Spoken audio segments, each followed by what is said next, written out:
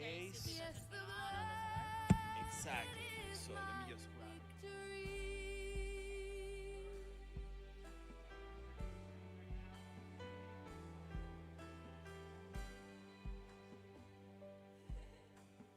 Oh, what love, no greater love, grace, how can it be that in my sin, yes, even then, He shed His blood for me. All the blood of Jesus washes me. All the blood of Jesus shed for me. What a sacrifice! It saved my life. Yes, the blood, it is my victory. What a sacrifice! It saved my life.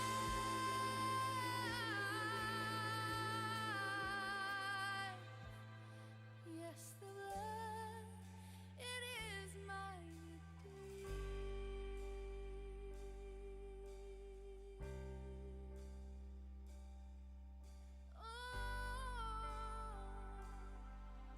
Oh, it is my victory. Yeah.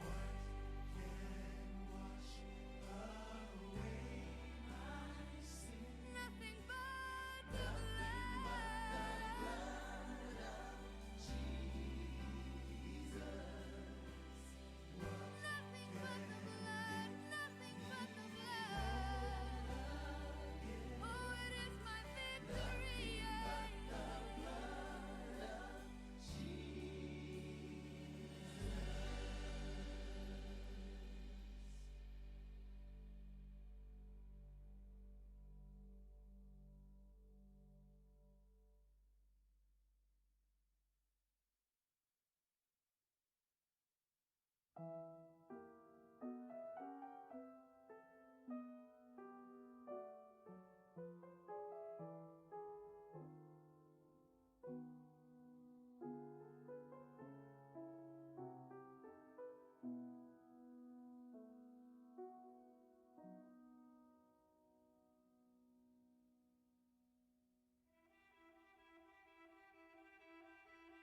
Breathe, breathe on us now.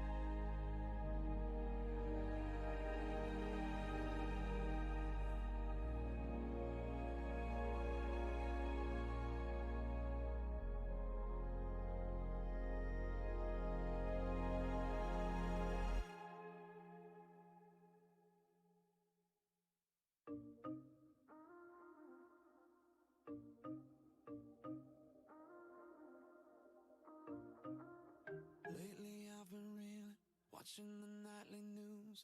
Don't seem to find the rhythm, just wanna sing the blues. Feels like a song that never stops, feels like it's never gonna. Gotta get that fire back in my bones before my heart turns into stone. So when somebody please pass the megaphone.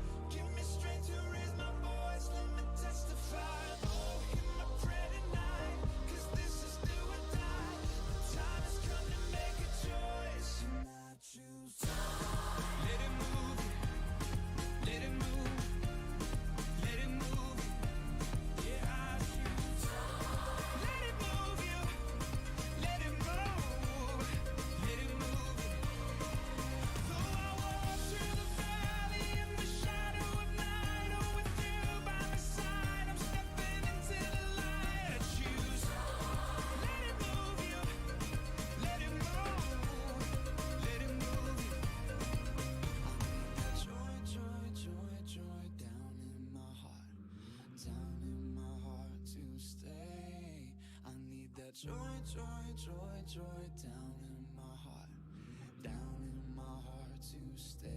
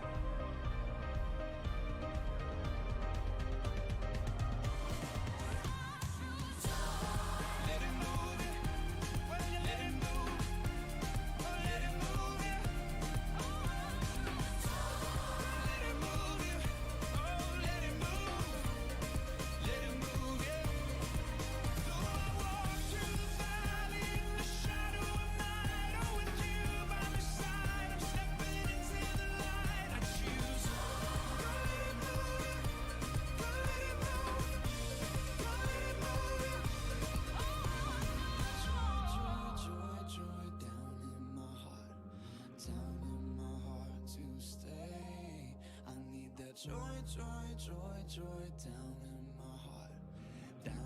my heart to stay.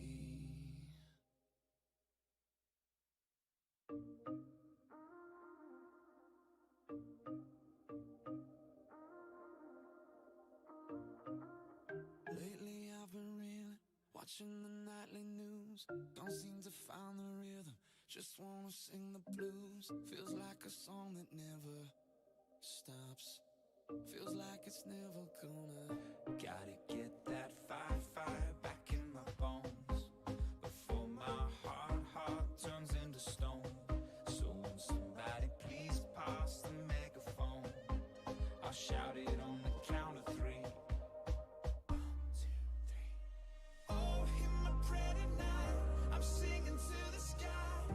Give me strength to raise my voice, let me testify. Oh, in my prayer tonight, 'cause this is do or die. The time has come to make a choice, and I choose. Let it move you, let it move, let it move you. Yeah, I choose. Let it move you, let it move, let it move you. Yeah, back when I was younger, my eyes were full of life. But now that I am older, I live at the speed of light. Feels like the cycle never stops. Feels like it's never gonna. Gotta get that fire back in my bones before my heart turns into stone. So when somebody please pass the megaphone, I'll shout it on the count of three. 1, 2, 3. Oh, in my prayer tonight, I'm singing to the sky.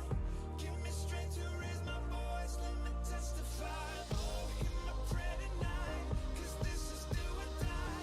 The time has come to make a choice, and I choose.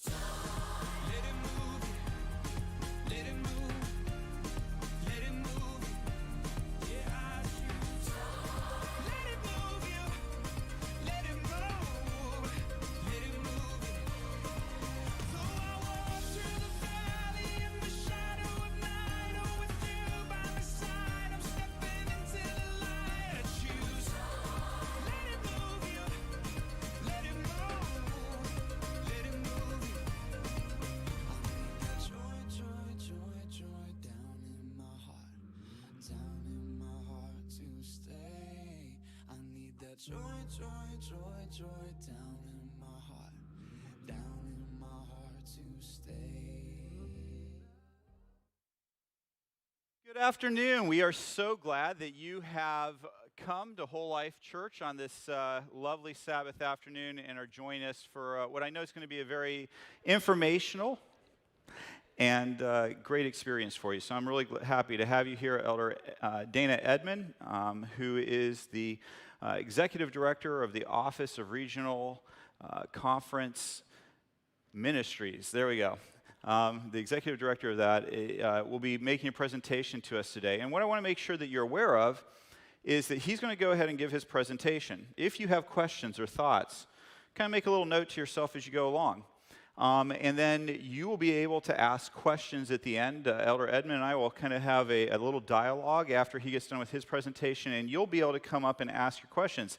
Or if you're at home watching this live, you're more than welcome to go ahead and put your questions into the chat, and we'll ask them to Elder Edmond from that. And then also, if for whatever reason you don't want to walk up to a microphone, you just want to put it into the chat here in the building, you're more than welcome to do that as well. We would be remiss if we didn't start with a word of prayer. Let's pray.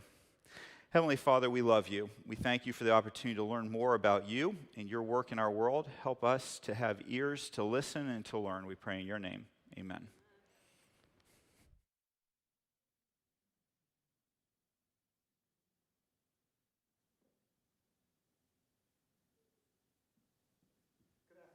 Good afternoon. Is it? Okay. All right. Let me say, let me get my jacket.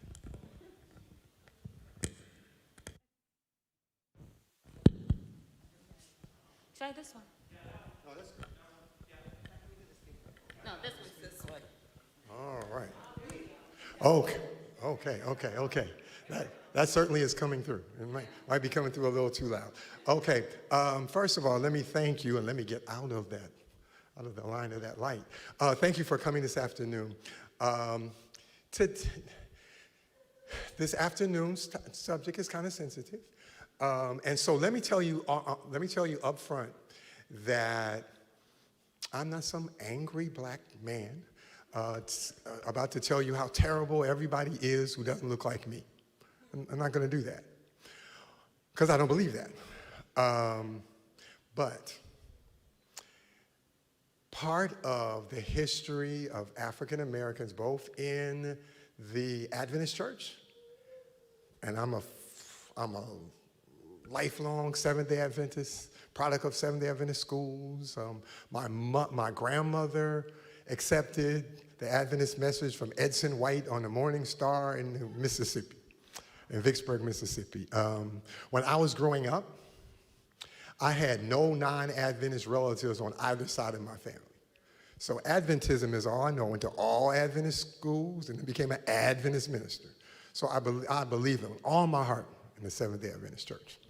But to tell you the story of African Americans, both in the United States and in the church, requires me, if I'm truthful, to say that there were some pretty terrible things done to people who look like me and to me, done to them by people who look like some of you. To deny that is to be dishonest. Now, sometimes when we get to February and it's Black History Month, people say, "Oh, why do we got to hear that again? This is history. It's old history." Well, that's in the past. That's what people say.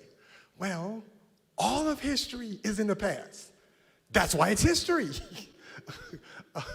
And no one says of American history, "We're tired of hearing about the American Revolution. And we're tired of hearing about World War I and World War II." No, nobody says that, okay? So, please don't ask me to ignore my history just because my history makes you uncomfortable. If it makes you uncomfortable to hear it, imagine how uncomfortable it was to live it, right? Now, the way history works is you either repeat it or you learn from it, okay? So hopefully this afternoon you'll learn from it. And what maybe one of the reasons why a zillion years after this country was founded, we're still talking about some of the same things. Maybe it's because we have not embraced some of our past to the point we say, we're never going to let this happen again, right? So I'm going to tell you about some good things. I'm going to tell you about some things that should never happen again, all right? All right, so this is our story, all right? First of all, let's talk about what a regional conference is and what it is not. Most people, including most African American people, think about regional conferences as black conferences, okay? So there's two kinds of conferences in the Seventh-day Adventist Church. There are regional conferences and there are state conferences. And that's the appropriate term. Now, a lot of times we say there are white conferences and there are black conferences, okay?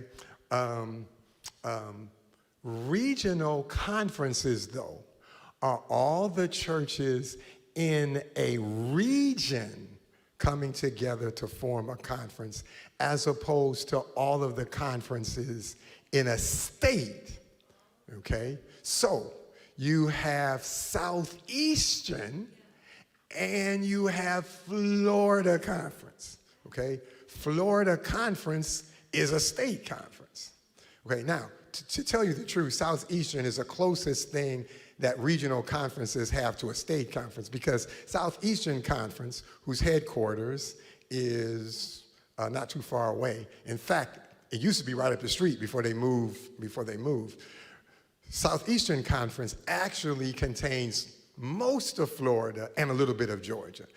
Most regional conferences contain a lot more territory than that, all right?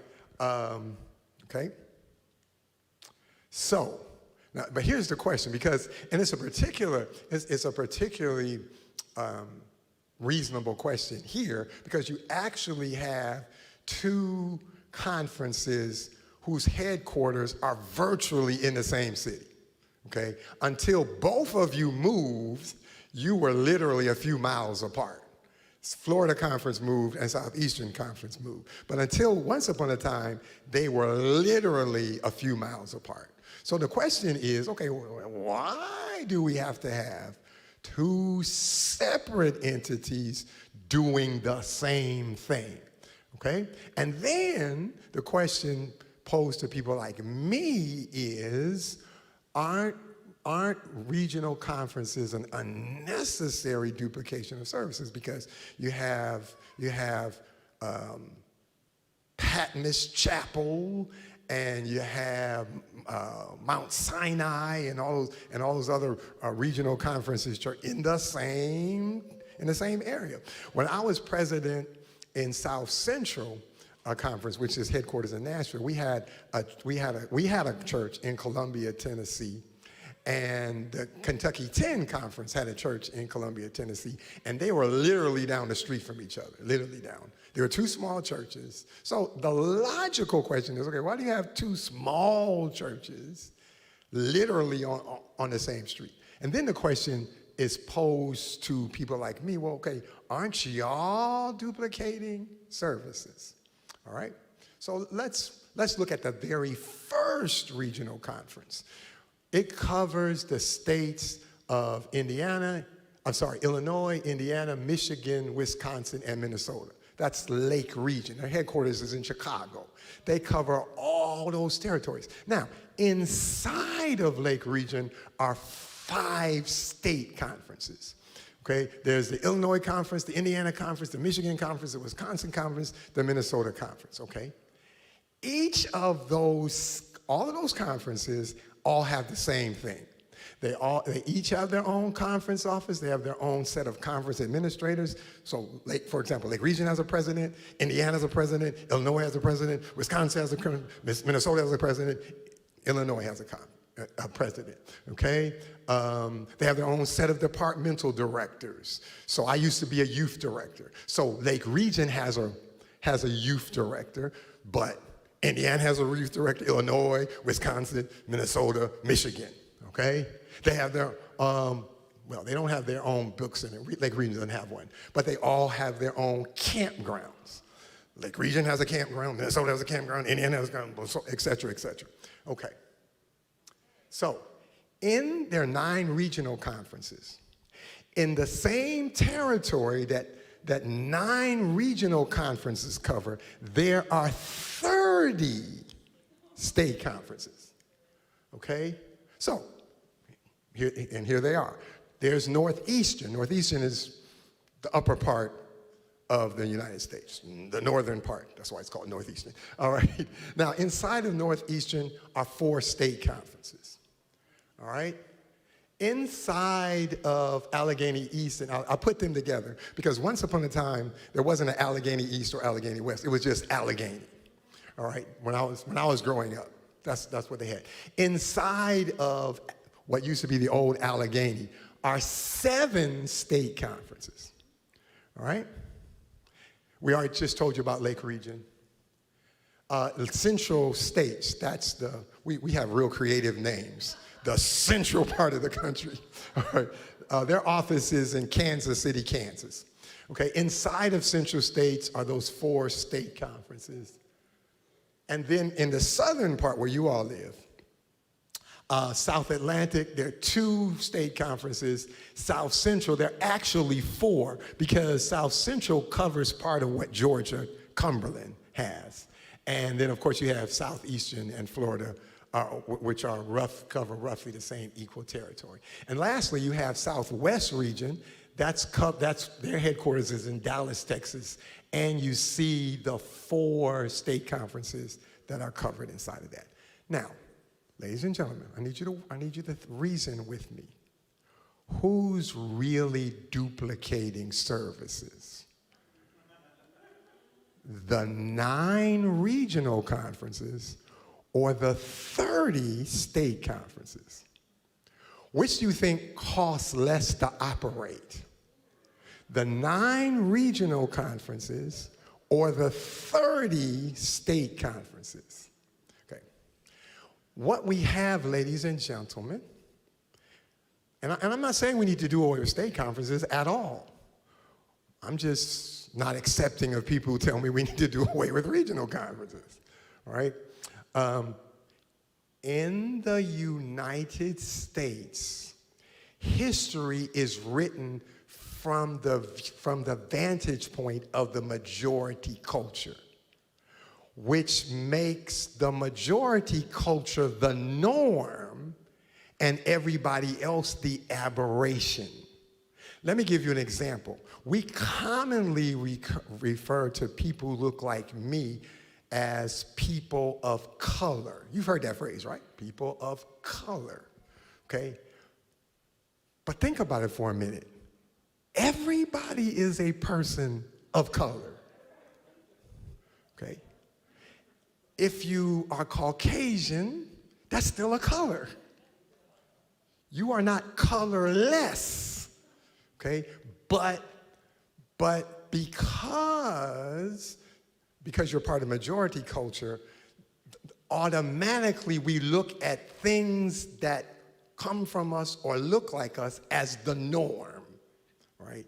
Okay? And so that's the reason why the oxymoronic question is, aren't regional conferences a duplication of? No. We're not duplicating services. You know who's duplicating services? State conferences. Oh, it got real quiet. Okay. Now, I'm not saying we need to do away with state conferences at all. I'm not saying that. Okay. No, we're going to settle something right up front. All right? Sooner or later, somebody's going to raise their hand, or they're going to put in the chat, Elder Edmond, there are not going to be separate conferences in heaven. So why do we have to? Well, ladies and gentlemen, first of all, there's not going to be any conferences in heaven. All right? But our conversation, and a lot of it is well-meaning. what a number of you as soon as some of you heard this, you said, okay, I don't believe in separate, we need to all come together. And that sounds good. But understand what coming together means in the Seventh-day Adventist Church. What you really mean is you want regional conferences to close. That's what you really mean. And while you mean well, it's really kind of an insult. Because what you're saying is the only diversity and integration worthy entities are entities of the majority culture. That the only way we can come together is you have to come where we are because we're not coming where you are. All right, let's talk about some significant people. And I hope nobody felt badly about that. But I'm hoping that we can have the same kind of honest conversation that Pastor Whitmore and I had. That says, okay, there's some things that we need to look at. All right? Okay, Charles Kinney. I want to talk to you about 4 pivotal figures. Maybe it's 3. I can't remember. Can't remember my own slide. It's either 3 or 4. We'll see in a minute. All right. Anyway, here's the first one. Charles Kinney. Charles Kinney was the first African-American pastor who got ordained in the Seventh-day Adventist Church. I call him the George Washington of the regional work. He was the first one. He was sent to work the Midwestern part of the United States. He did wonderful work. Landed in St. Louis, brought a bunch of African Americans to Seventh-day Adventism. Sounds wonderful, right? But remember, at that time, there were no African American churches.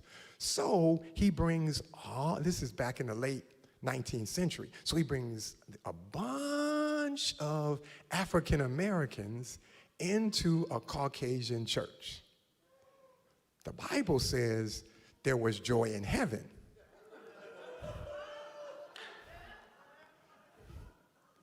But there was not joy in that church. And so Charles Kinney was probably the first one to say, maybe the only way this works is we have to have, as people of color, our own entities. The other challenge he had was when he got ordained. I think he got ordained actually in Nashville at a camp meeting, okay? But there was not integrated seating. So there was a whole lot of drama about his family coming in to his own ordination. All right. So he said, no, this may not be working for us, okay?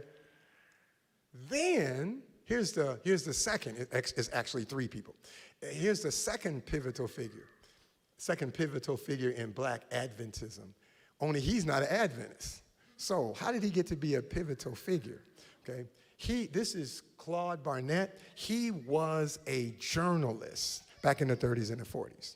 But here's what we know about journalists who are African American in the 30s and 40s. Guess which papers they couldn't write for? Not the Tampa Tribune or the Orlando Sentinel.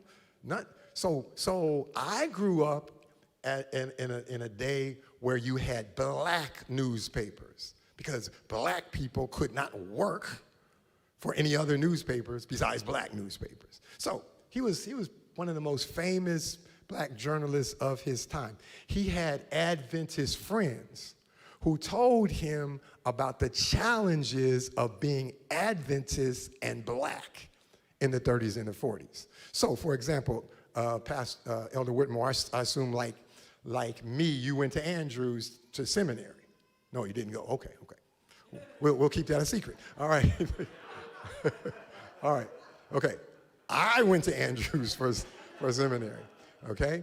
But back in his day, the sad thing about the Adventist church is instead of leading society, the Adventist church followed society.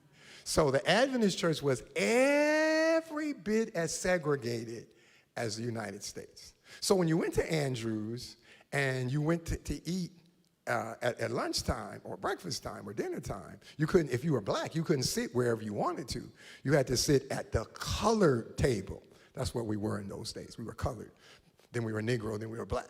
All right. So we had to sit in the colored. So the seating in the cafeteria was segregated. The housing was segregated. But that was better than what was going on in the world headquarters, the General Conference.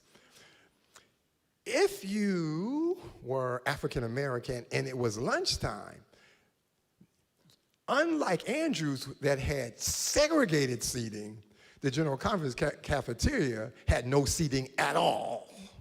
You could not, if you were African American, you could not eat lunch at the headquarters of the Seventh-day Adventist Church if you were black. All right. So he wrote about that and embarrassed the church. All right. But here's the straw that broke the camel's back.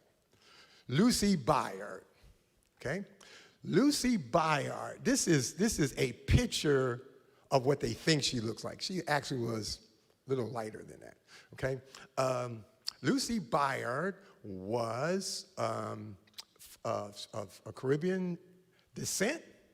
The Seventh-day Adventist Hospital, then as now, ran a very well-respected medical hospital system. Most of you who live here know that what used to be called the Florida, I don't know what they call it now. Is it Advent Health? That's what they call it now?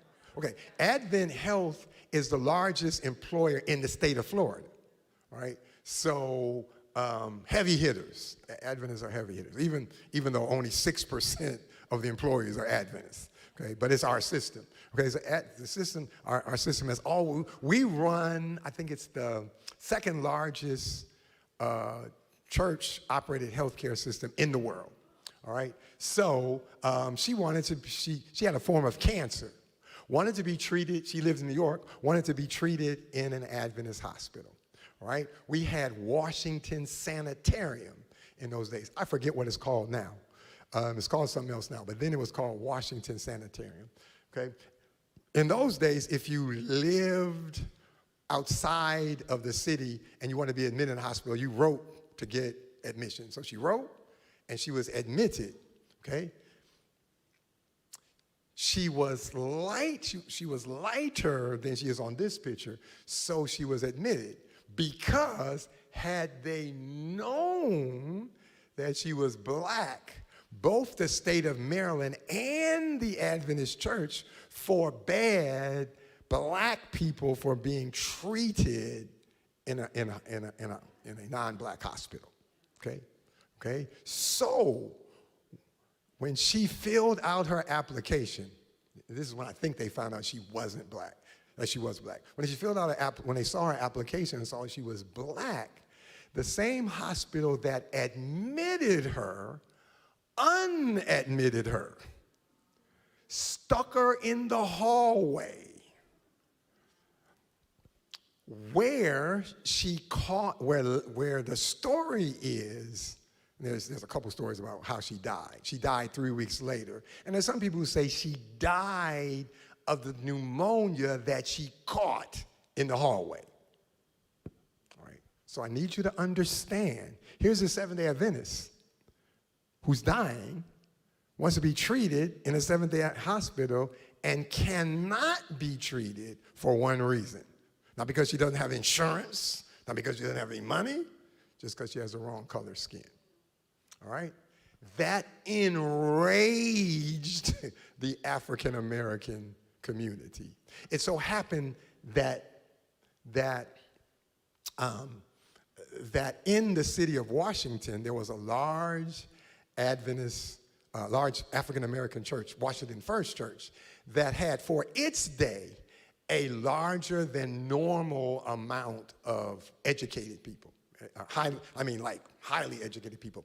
The first African American woman to complete the requirements for the PhD, not the first Adventist, the first African American, period, went to that church. Her name was Eva Dykes. If you go to Oakwood, the library is named after her. All right. The second person who finished, second female who finished, also went to that church. And so they formed a group and they said, look, we're done. We're not leaving, but we're not putting up with this anymore. And so as a result of their work, the General Conference, which to this day meets twice a year, their executive committee. In the spring meeting, the General Conference voted, and this is important, the General Conference voted to allow what was called colored conferences. Okay, now I need you to note two very important things. That in the action said in territories where there's sufficient number of what they called colored people, they could form colored conferences to be administered by colored pastors and colored executive committees. Why is that important? Because until that time, black people were not thought capable of running anything, okay? Even at Oakwood, the first several presidents of Oakwood were white. The General Conference had a department, since they didn't have conferences, they had, just like you have the women's ministries and the youth ministries, they had what was called the Negro Department. But guess what the ethnicities of the first three people to run the colored department were? They were Caucasian, which is kind of like a man being the head of the women's ministries department, right? But even until the last 30 or 40 years, even the work in Africa, which by the way is by far the largest, makes up by far the largest percentage of the church. About 45% of all Seventh-day Adventists are African, okay?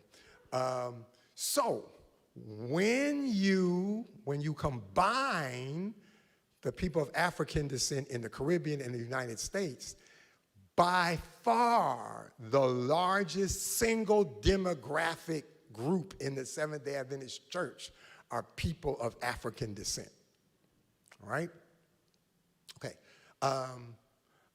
but for a long time, the work in Africa was run by white Europeans and white North Americans, because African Americans were not thought capable of doing anything. But here's the thing you really need to understand.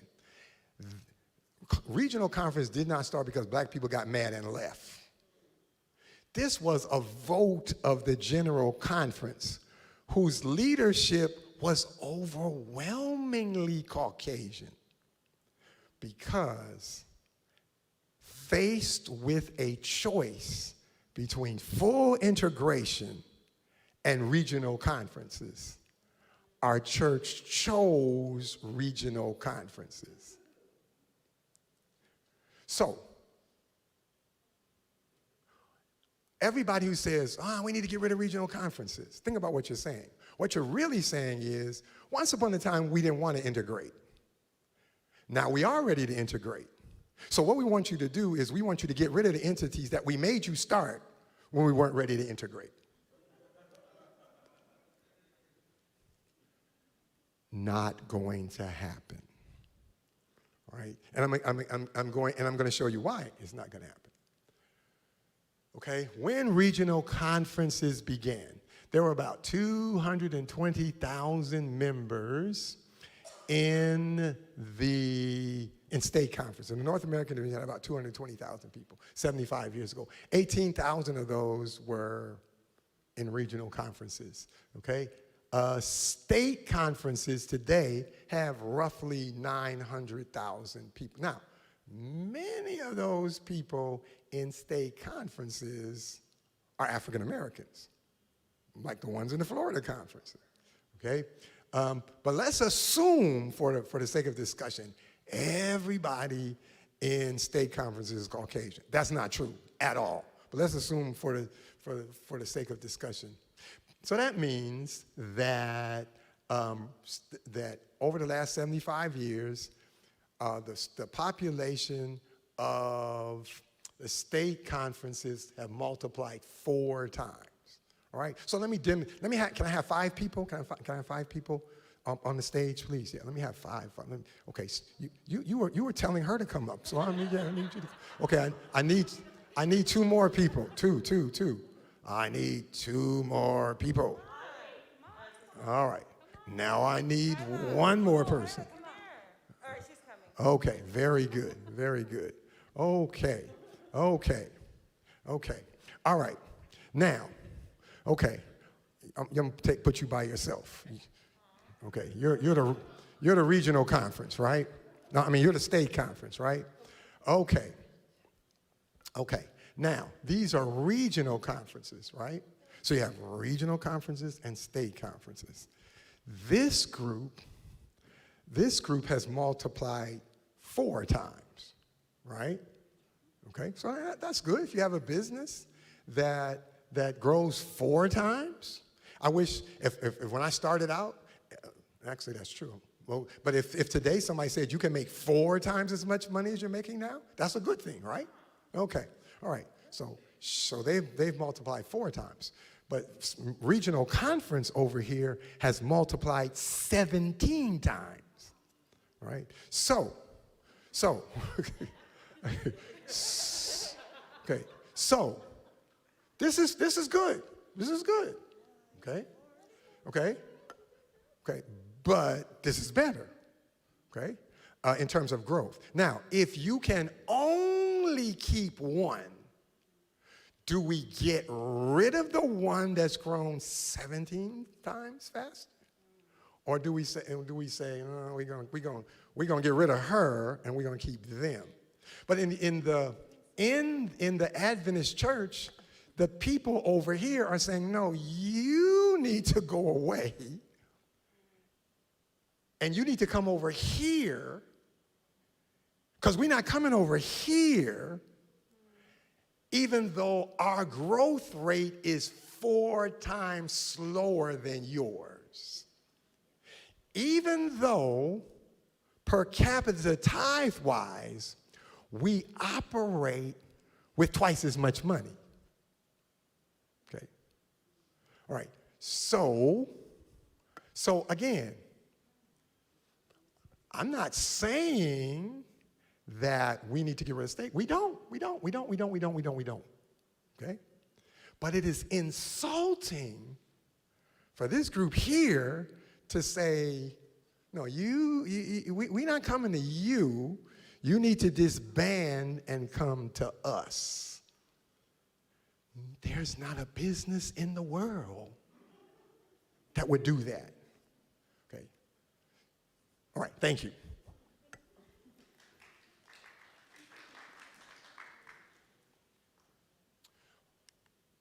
Okay, let's close with 2 things. These are some iconic recent figures in Seventh-day Adventist history, even though unfortunately they've all passed away.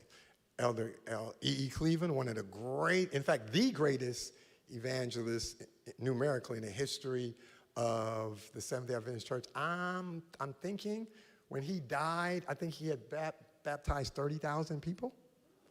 Okay, C.D. Brooks, one of the great preachers, also the founder, one of the co-founders of Breath of Life, another great evangelist, baptized thousands of people.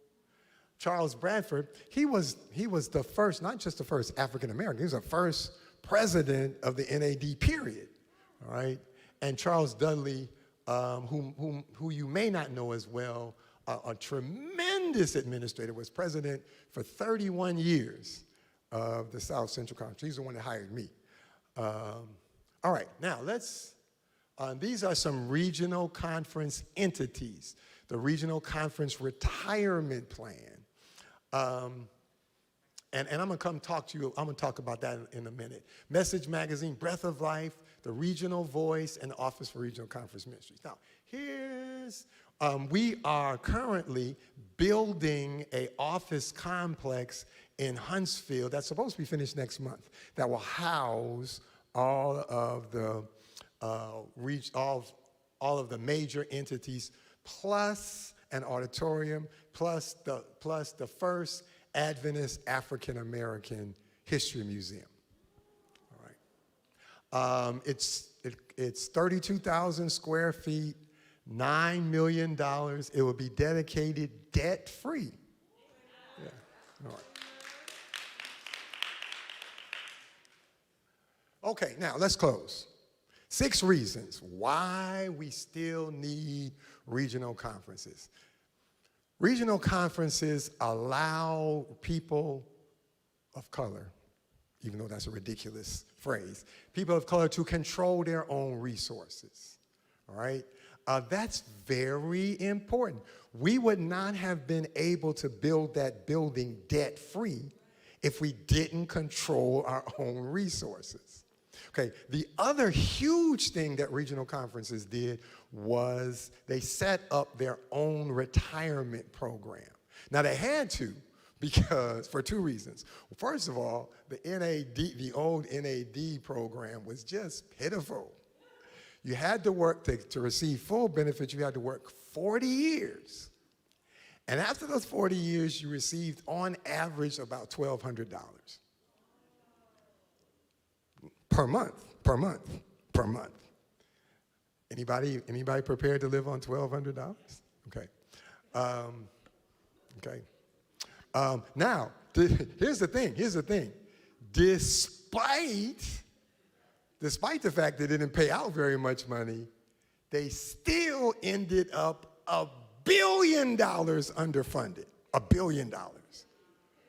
So they just, in 2000, they just did away with it. No, what they said was, okay, all the people who are on it, we'll keep sending you your $1,200. But everybody else who's not on retirement, who's not currently retired, then what we're going to do is we're going to tell you to save some of your money. We're gonna match a little bit of what you save, and then you're expected to manage your own portfolio. Okay, now I didn't have that kind of background. All right, but you have to learn. That's what the non-regional retirement plan is. Isn't that right, Pastor? Yeah, got to manage your own. But I'm sure he's a real smart guy, and I'm sure he's managing really well. Now, one of my good friends, who's a state conference president, he came to me a few years ago. He said, Elder Edmond, tell me about your plan. He said, I have $300,000 in my plan. That sounds good, right? But that $300,000 has to last him the rest of his life. Okay? So if he retires at 65 and he lives to 95, he's got $10,000 a year to operate from. That means he got to die. Okay.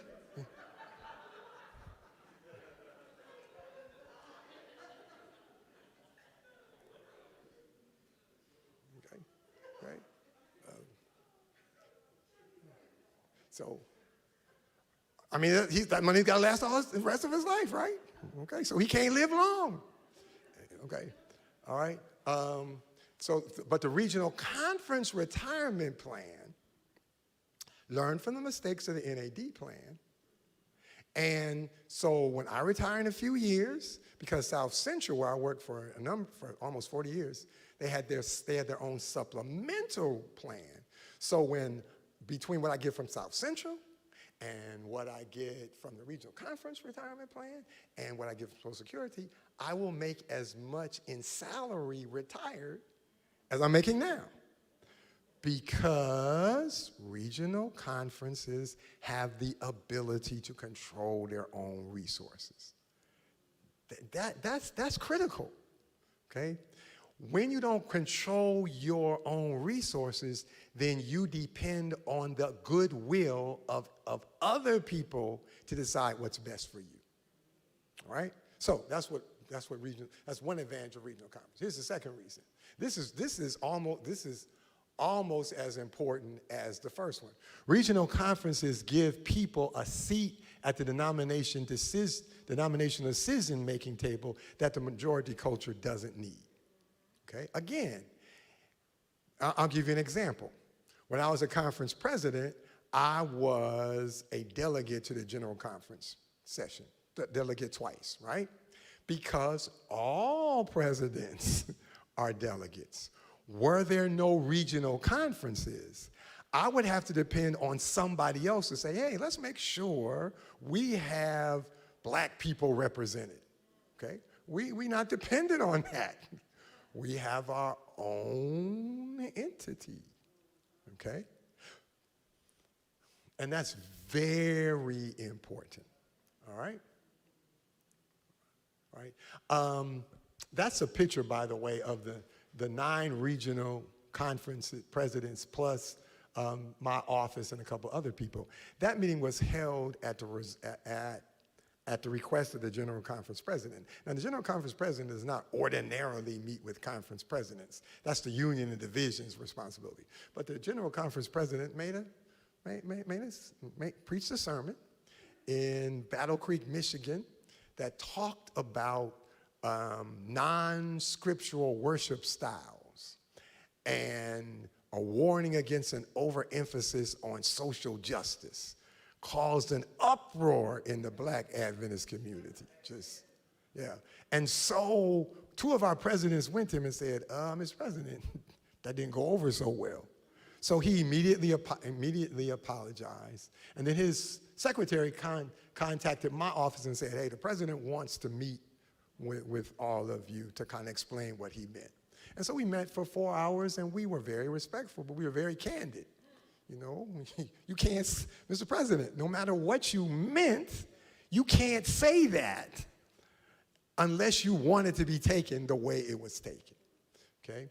And so I will give him a lot of credit because he heard that for like 3 hours.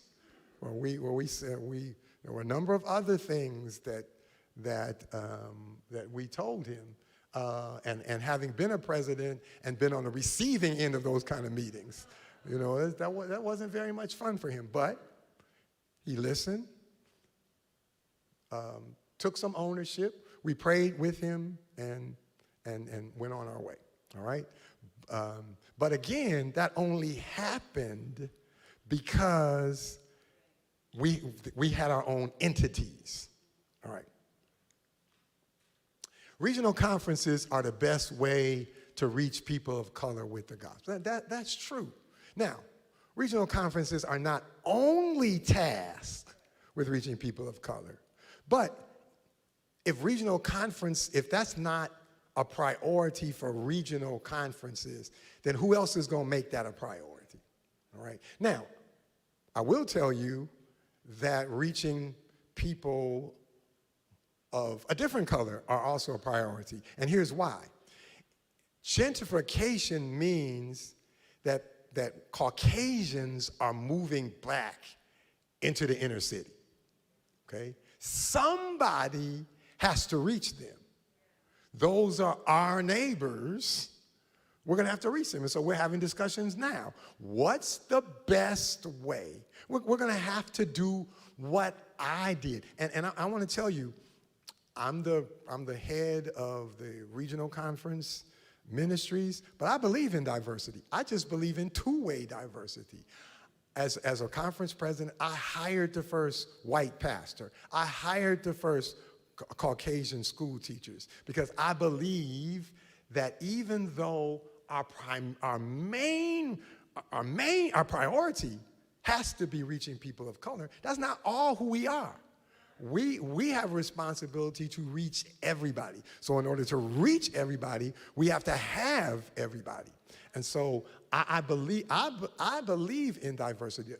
I just don't believe in one-way diversity, right? The reality is one-way integration results in resegregation. And I'll illustrate that in a minute. All right. Regional conferences are a better economic model. I should have said, instead of saying a better, I should have said a less expensive. It just costs less to operate over a region than it costs to operate over a state. If you have 9 regional conferences and 30 state conferences covering the same territory, the 9 regional conferences are going to cost less money to operate. That's just a fact. Okay? And regional conferences are one of the great success stories of our church since 1944. They've grown at a rate 4 times faster than the rest of the NAD, and that's true. But here's the last reason why we have to have regional conferences. The truth of the matter is racism is not dead in the United States, nor is it ever likely to die. And you see it's bad enough to attack the Capitol, but it's worse to take Confederate flags where what you're really saying is, in a choice between democracy and racial supremacy, we will choose racial supremacy over democracy. As an Adventist administrator, I can't ignore that sentiment is still in our country and still in our church. Okay? That's something that I have to live with. You know, I have Caucasian friends who say things like, I don't see color. Okay, that sounds good, okay? And maybe they don't. But as a black man in the United States, I have to see color. I have to know that when I'm driving down the street and blue lights flash in my, that means something different to me than it does to the majority culture, okay? The challenge that some of you have is you assume that if somebody is pulled over by the police, they haven't gotten pulled over unless they did something.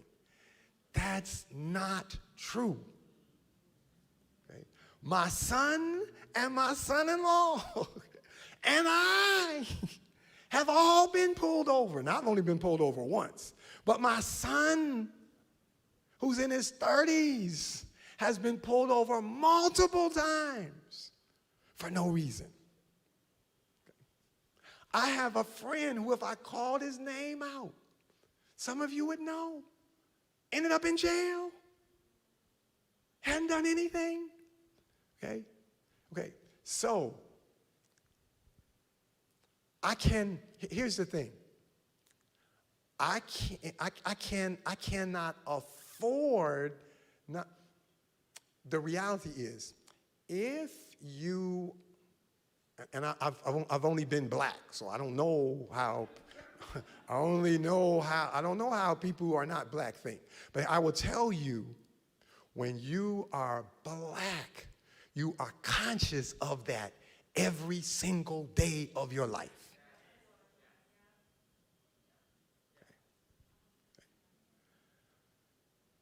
And so, the black experience is singular. Now, in a perfect world, would we need regional conferences? No, but we don't live in a perfect world. So then the question becomes, what is the best thing for mission? And what will help us reach the most people? Now, here's where I'm gonna close. And if my wife were here, she would be kicking me, because you know that's what wives do. You know, when you say something they don't think you should say, she kicks me, or she clears her throat. Yeah, I could be preaching in front of 3,000 people, and I hear that.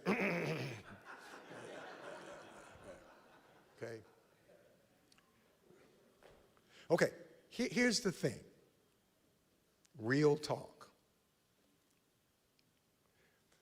one of the reasons why we have to have regional conferences, one of the reasons why we can't integrate, we can't, because deep down, there's a significant number of people who really don't want to integrate.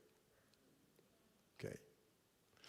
We've graduated in this country from the experience that everybody my age or older either had or knows somebody that had, and that is being denied the ability to attend a church that's primarily Caucasian. Everybody my age either had the experience where you go to the door and somebody says, there's a church you'd be more comfortable in the church on the other side of town, okay? Everybody my age either had that experience or went through that experience. Thank God we've graduated from that, okay? But we haven't taken the next step, and that is we still live in a church that will only tolerate integration up to a certain percentage. If the African American membership of virtually any church exceeds a certain percentage, then what happens is the majority culture leaves.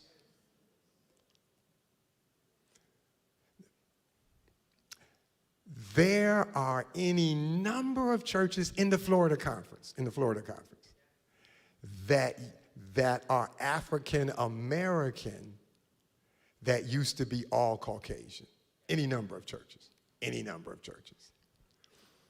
I challenge you, though, to find a church that once upon a time was all African American, but turned Caucasian.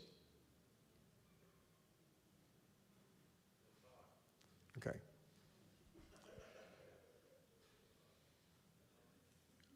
Until integration becomes a two-way street, the best thing for state conferences are regional conferences.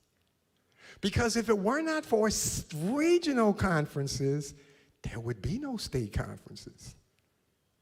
Because historically, once the African American population reaches a certain percentage, then that church is abandoned and it becomes a black institution.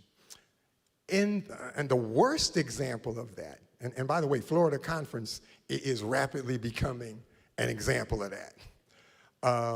But the worst example is the Greater New York Conference. Okay, Greater New York Conference is where Ted Wilson started. Now that's about as Caucasian as you can get, all right? But that church now, I don't think it has a single Caucasian church in the whole conference. So here's the question. Where did all the Caucasian members go? We're talking about New York City here. We're not talking about we're not talking about Columbia, Tennessee, or some small place. No, we're talking about the largest city in the United States. It is virtually it is as large as the next two cities put together. So that's a bunch of people. Where did all of the Caucasian Adventists go? There's only one of about three conclusions you can come up to. One, they all died. They all died. Okay. Two, they disappeared in the Hudson River. Three, faced with a choice between going to church, to a church that had a larger minority population than they were comfortable with. Faced with that or not going to church at all, they chose not to go at all.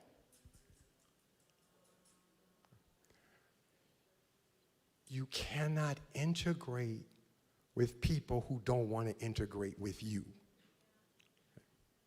So, the best thing, not only for us, but the best things for my Caucasian brethren is for us to have our own institutions. Because if too many of us come to your institutions, you'll abandon them.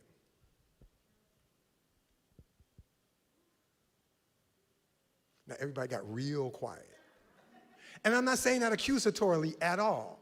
There is nothing wrong with saying we're more comfortable worshiping with a certain worship style. There's nothing wrong with that, okay? Can I tell you a secret? This morning when I preached, especially in the first service, I preached a little differently. I preached a little differently in the first service than in the second service, and preached a little differently even in the second service than I would preach in an African American church. Because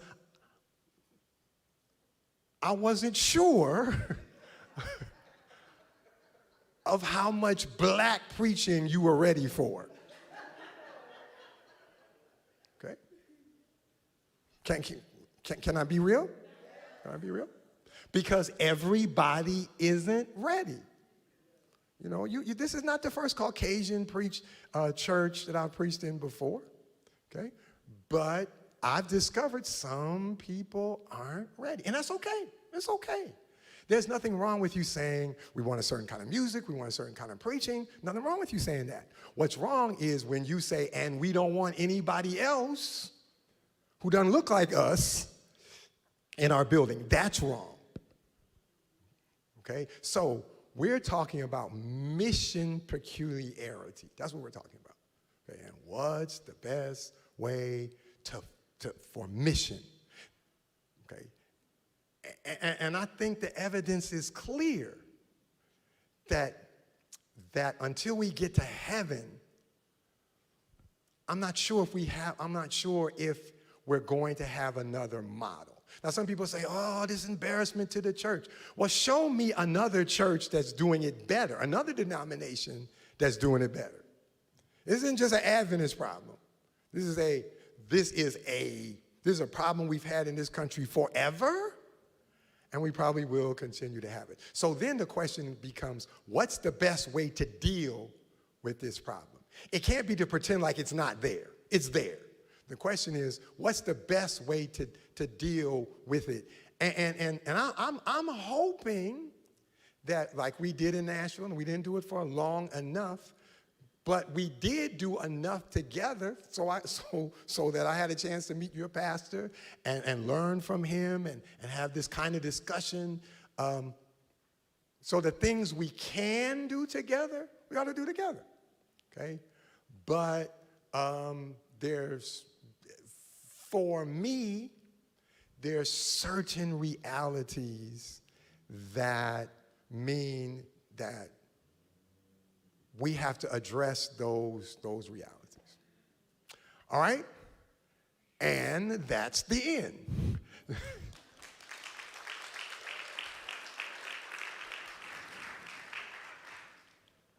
So we thought it'd be fun to have a Q&A with you because obviously Elder Edmond has said some things that you may or may not agree with, or maybe you'd like to have a little bit more clarification on. We've got a couple people that have already submitted some questions that I've got here on my phone that I'll be happy to. But if you have a question that you would like to ask Elder Edmond, you can come up to the microphone and ask that question from there. If you want to put it online, it'll get forwarded onto my cell phone. and I'd be happy to ask it if you don't want to put your face on it. But just keep in mind, if you don't want to put your face on it, I might not want to put my face on it either. But if you're here in the house,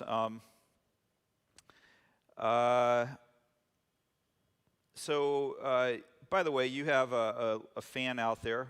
Her name is Candace, and you are her Pathfinder leader. Okay.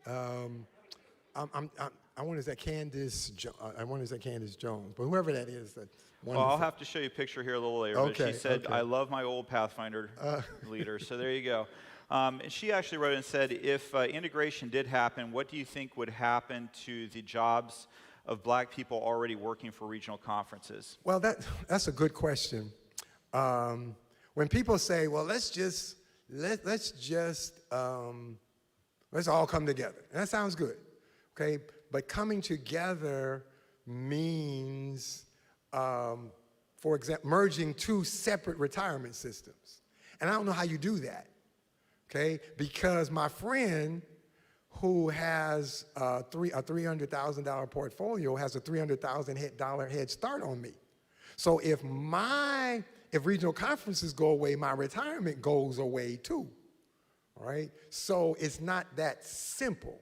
The other thing so we would have to then decide, and we would have to decide who stays and who goes. And I'm okay with having that discussion. I really am. If you say, listen, Elder Edmond, there's 58 conferences in the United States. We don't need 58 conferences. Okay. And if you said, Elder Edmond, some of your smaller regional conferences need to roll up into some of our state conferences, I even say okay to that. But that also means some of your smaller state conferences have to roll up into regional conferences. Kentucky, Tennessee, where you work, would have to roll up into South Central, which is much larger, okay? I'm not sure there's a whole lot of enthusiasm for that. Okay. I'm quite sure there isn't. I'll tell you, and this is, I will speak for myself here. I am, and this has a little bit to do with this topic, but a lot less to do with it. I'm personally of the opinion that the Seventh-day Adventist organizational structure is long overdue for an overhaul in general. And you and I may not agree what that overhaul should look like. I happen to think all conferences should be gotten rid of and go just to unions because of the duplication of services. I mean, you think about when conferences were first created, and I think the regional conferences, by the way, are the whole reason why the union system would make sense, because look at what regional conferences are able to do with a larger territory, and they're still incredibly effective. And I think that when you look at when state conferences were created, they were still traveling by horse and buggy and trains. And today, it's not the same distance. It's the same miles, but it doesn't take nearly as long to get to places. We have the internet. We have all kinds of things. So, like I said, I don't know if you agree with that or not, but I think we're long overdue to have a talk about the way we're organized. We probably are. As I said, I'm open to that. The problem is how that discussion is framed. When I was still a conference president, they brought all administrators to Arlington, Virginia for a discussion of overhauling our church. Everybody who was an administrator of anything, we all came to Arlington, Virginia. But here's the thing. One of the discussions, one of the items on the table was getting rid of regional conferences. How in the world if we're going to talk about redoing how we operate, how in the world if we're going to talk about getting rid of some regional conferences, how in the world are we not having discussion about getting rid of some state conferences? Absolutely. Except we weren't having that discussion. Yeah. And that goes again back to a mindset that says we're the norm and everybody else is the aberration. Yeah. I have another question that came in from online. This one says, how is it that around the globe, with all the amazing diversity, that repetitive systems of governance are not necessary, even in South Africa, where regional conference leadership from America encouraged duplicate systems, they've managed to be one organization with one governance structure that we haven't been able to accomplish that oneness here in the U.S. You know, I think that it's I've been in South Africa. I'm not sure that we want to hold that up as a model. First of all, they had a system that was even more oppressive than what we had. And keep in mind, none of these systems, whether it was Jim Crow in the United States or apartheid in South Africa, none of them survived without the acquiescence of Christians. Right? None of them. All right? So I'm not sure I'm prepared to say, let's be like South Africa. I'm not sure that's our model, number one. Number two, we still have the same kind of white flight in Europe that we have in the United States. I've preached in England, okay? I had the privilege of preaching at their camp meeting. There were hardly any Caucasians there, okay? The church in the Adventist church in England is all but devoid, especially in our large cities, of Caucasians. So we might have a unified system, but that unified system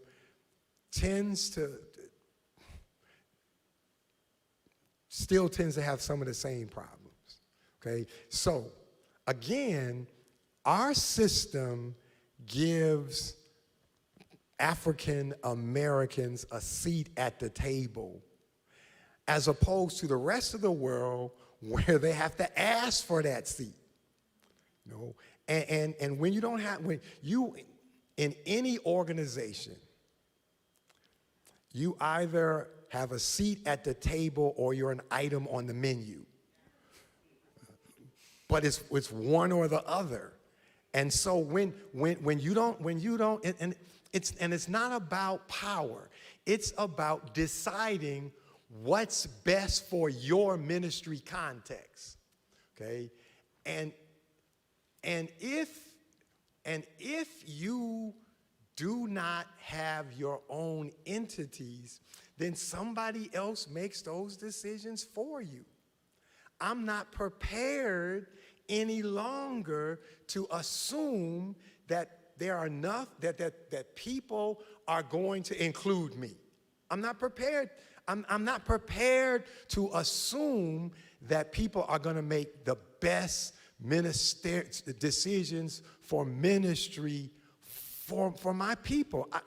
There's nothing in our history that suggests that I should bet the ministerial direction of African Americans.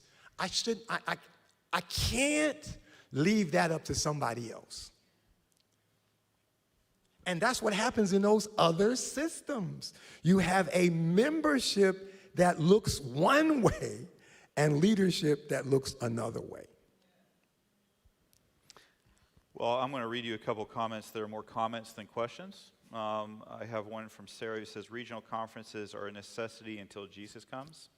And then I had another one from Michael who said, thank you for the challenging discussion this afternoon. I appreciate Whole Life's commitment to keeping issues of justice in front of its community. I think that one of the more profound things for me, Elder Edmond, was that I think that there is within the circles that I grew up in a perception that racism is a thing of the past. And I know. I'm just saying the circles I grew up in, right? We've already established I'm white. Okay? We've already figured that out. But within the community that I'm at, and I think John Stewart said it really well, and I'm not going to get his quote perfect, but he said something to the effect of, we've done a really good job of training people that racism is bad, we've done a really bad job of explaining to them what racism is. And I think that probably sums up my experience. I know that racism is bad, but I don't understand what racism is, having not really come from a place where I could. And I think that one of the things that just absolutely floored me was hearing some of your personal experiences, that you were generous enough, and I do really mean that word because I can only imagine how painful it is to relive an experience to help somebody who doesn't understand. But you were generous enough to share some of those experiences that you had, not in America, but in Adventist institutions. That, and I just was floored that, to me, I just didn't think that there were people around who had those things happen to them in an Adventist experience, and it really kind of changed my perspective around. But you have experienced personally racism. I have. I went to an academy, boarding academy, that was 90% Caucasian. You know, it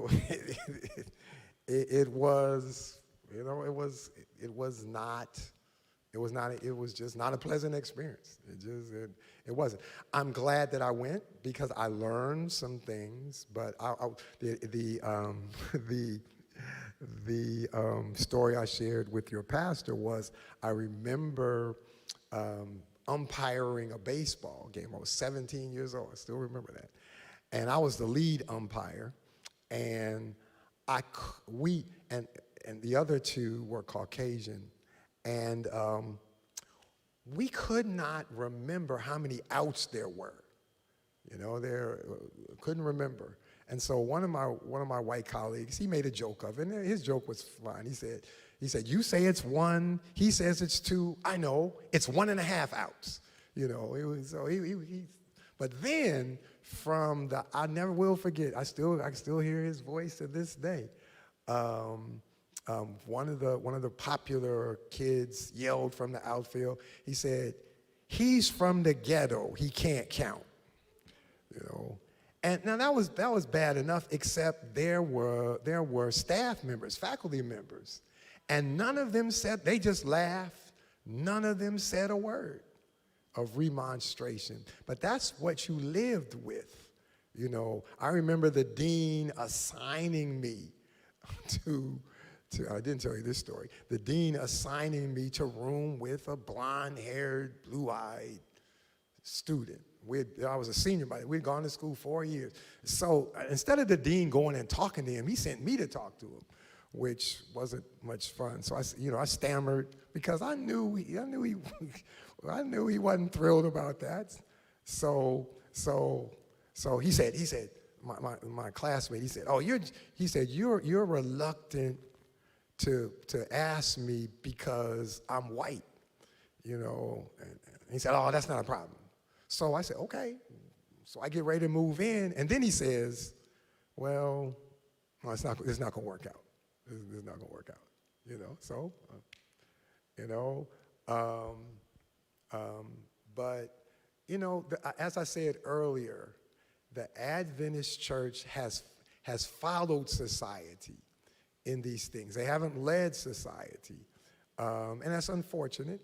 And so that's the reason why I appreciate your pastor so much, because the only way we fix this is to own that it exists, and then have and they have to be two-way conversation. Your pastor said, now what I thought I'm glad he didn't say the other thing that he said, not because it was bad, but he was honest. And he said, this is a safe space, this is an issue that's a problem for me. And so we were able to, you know, I don't know if it gets fixed any other way.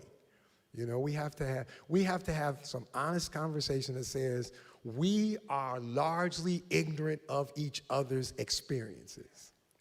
That tends to be more true. It's true of African Americans, and it's true of Caucasians. Each of us are ignorant of each other's experience, but we're not equally ignorant, Because when you're African American, you cannot be fully ignorant because you live in a culture that the dominant culture is Caucasian. I'll give you an example. When people talk about, well, we don't want to hear about black history.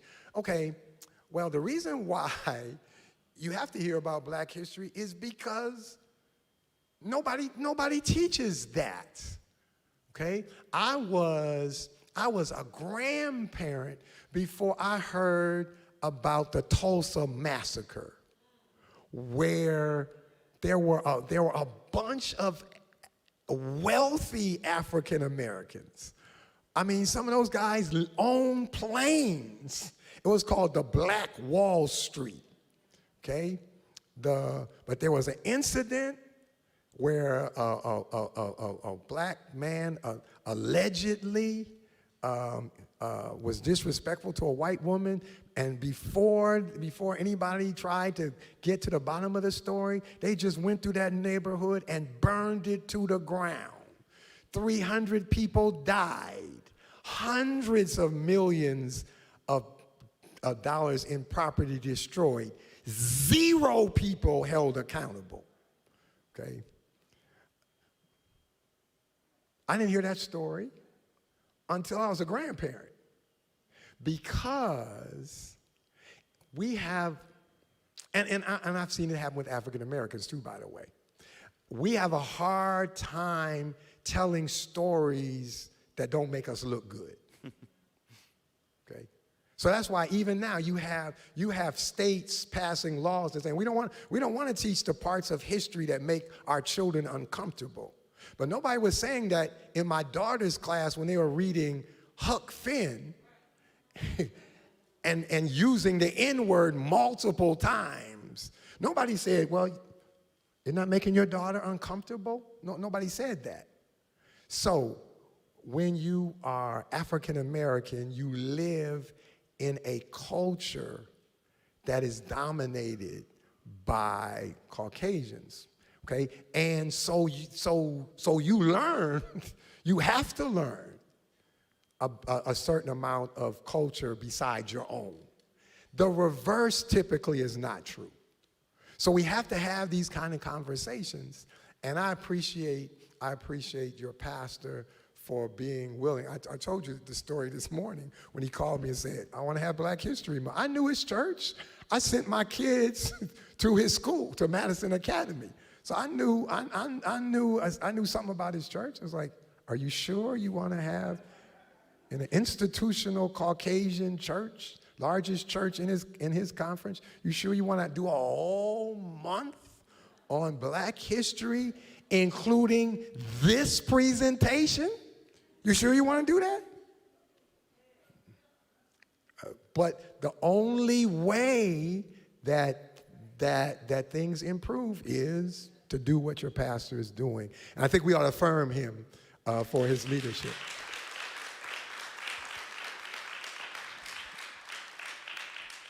So I have a couple more questions that have come in for you. I think we have a question. Oh, do we have some? I'm sorry. Go ahead. Yeah. I'm mostly coming up here to break the ice, let it, y'all. I know there's questions out here, but nobody wants to be the first one. So I'm going to go ahead and be the first one. But and I'm going to cheat. I'm going to say two sides of the same coin, which means I got two questions. But a couple of things I'd love to hear you discuss. Well, let me say one of the things that was most incriminating, and just I know it's true. I've grown up in the South my whole life. And when the minority ratio hits a certain point, whatever white people are left leave. And I've watched it for 58 years. It's just the truth. I don't like it, but it's the way it is. So, but what I wanted to ask you about is you mentioned the, I don't know which state conference it is, but the one in New York, where there are no Caucasian churches left. Nevertheless, in that area, there's still a state conference and a regional conference overlaying each other in the same geography. So one of the things I want to hear you discuss is, in that instance, is there still value in having those two separate things in the same geography? And the other side of that same coin I want to ask is, there are parts of the U.S. where we do not have regional conferences, primarily in the West. And I know a lot of the areas are because there's not a large minority population, but there are places where there is a large minority population, like Los Angeles, where we do not have regional conferences. Would the Seventh-day Adventist denomination be well served to encourage or institute regional conferences in those parts of the U.S. where they don't exist? Well, you brought up a number of good points, one of which I wish I had brought up. When people talk about regional conferences kind of being the cause of segregation, then a good example is the West Coast, where you don't have any regional conferences, but there is no more integration than there is here. You know, with some rare exceptions, I've preached in about 15 churches on the West Coast. All but one of them look like regional conferences. You know, all black. So what they have, and part of my responsibility is to work with the regional conference presidents. We meet every other week. The two West Coast vice presidents are part of that group too. And there's a difference between what they can do and what regional conferences do. Regional conferences have their own resources. The regional work on the West Coast has the resources that are given to them by somebody else. Okay, and it makes a difference. There have been multiple attempts to start regional conferences on the West Coast. The last attempt was voted down by Pacific Union. The union has to give approval, and the union thus far has refused to do that. Now, to be fair, it's very possible that the African Americans on the West Coast don't want it, you know, because I've run into a number of West Coast African Americans that don't want regional conferences. Okay, so I personally think self-determination and the ability to control your own resources for ministry means that if I were there, I would want a regional conference, but they very well may not want them. In terms of what you mentioned about Greater New York, there certainly is an argument that could be made that, okay, all y'all look alike, so why don't you have the same conference? One of the challenges is Greater New York is primarily New York City, where Northeastern is Massachusetts and Rhode Island and you know, the upper. So Northeastern couldn't be a part of Greater New York. Greater New York would have to be a part of Northeastern. And no matter what color you are, there's a reluctance to give up your entity. You know, when I was president of South Central, I had a church that had three members. They resisted to the death closing that 3-member church, even though they were in a large city. So it wasn't like they were out there by themselves. They were in, but they wanted to keep that 3-member church. And by the time I figured out that they were down to 3 members, I was on my way out the door, and I said, okay, I'm not getting into this fight. But there's always a reluctance to shut down any entity, even if you take color out of it. So you okay, you got another question. I want to say something real quick, and then we'll just definitely jump to that. But you said something that kind of made me think for a second. You said that on the West Coast, the African Americans out there might not want it. And that kind of brought to my mind something that I think is important for those of us in Caucasian circles to kind of think about a little bit. The tendency is for us to go find an African American who has the same viewpoint that we do, and then be like, see, they don't think that. They don't agree with that. I have a black friend who thinks the same thing I think.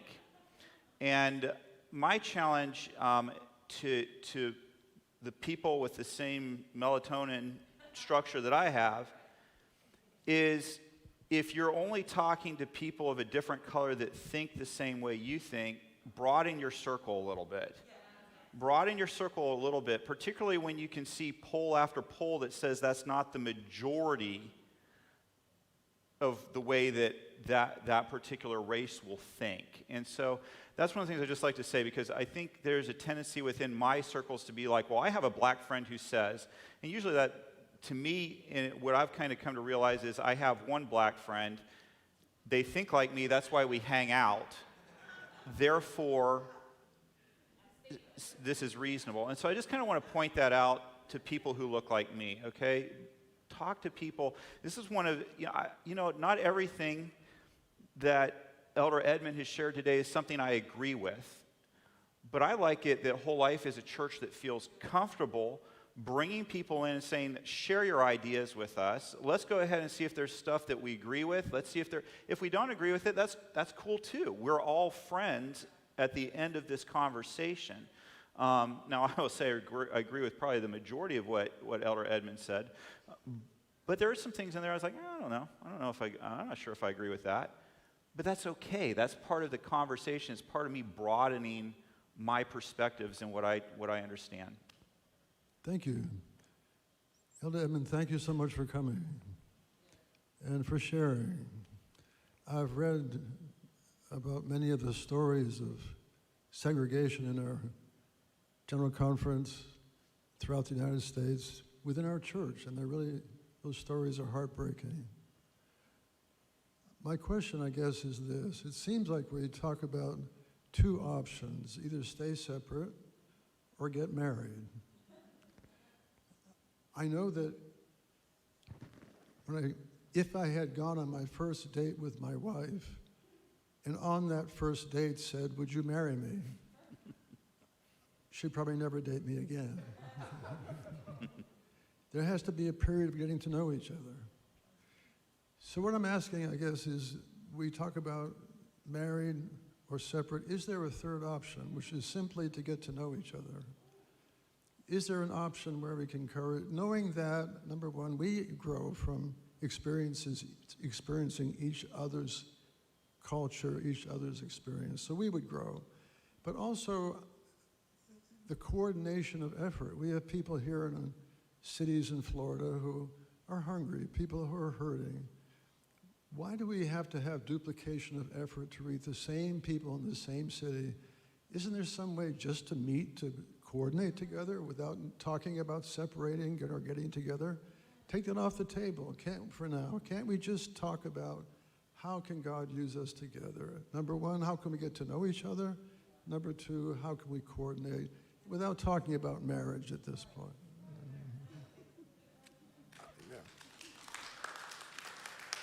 I would certainly encourage that. That's how I met your pastor, where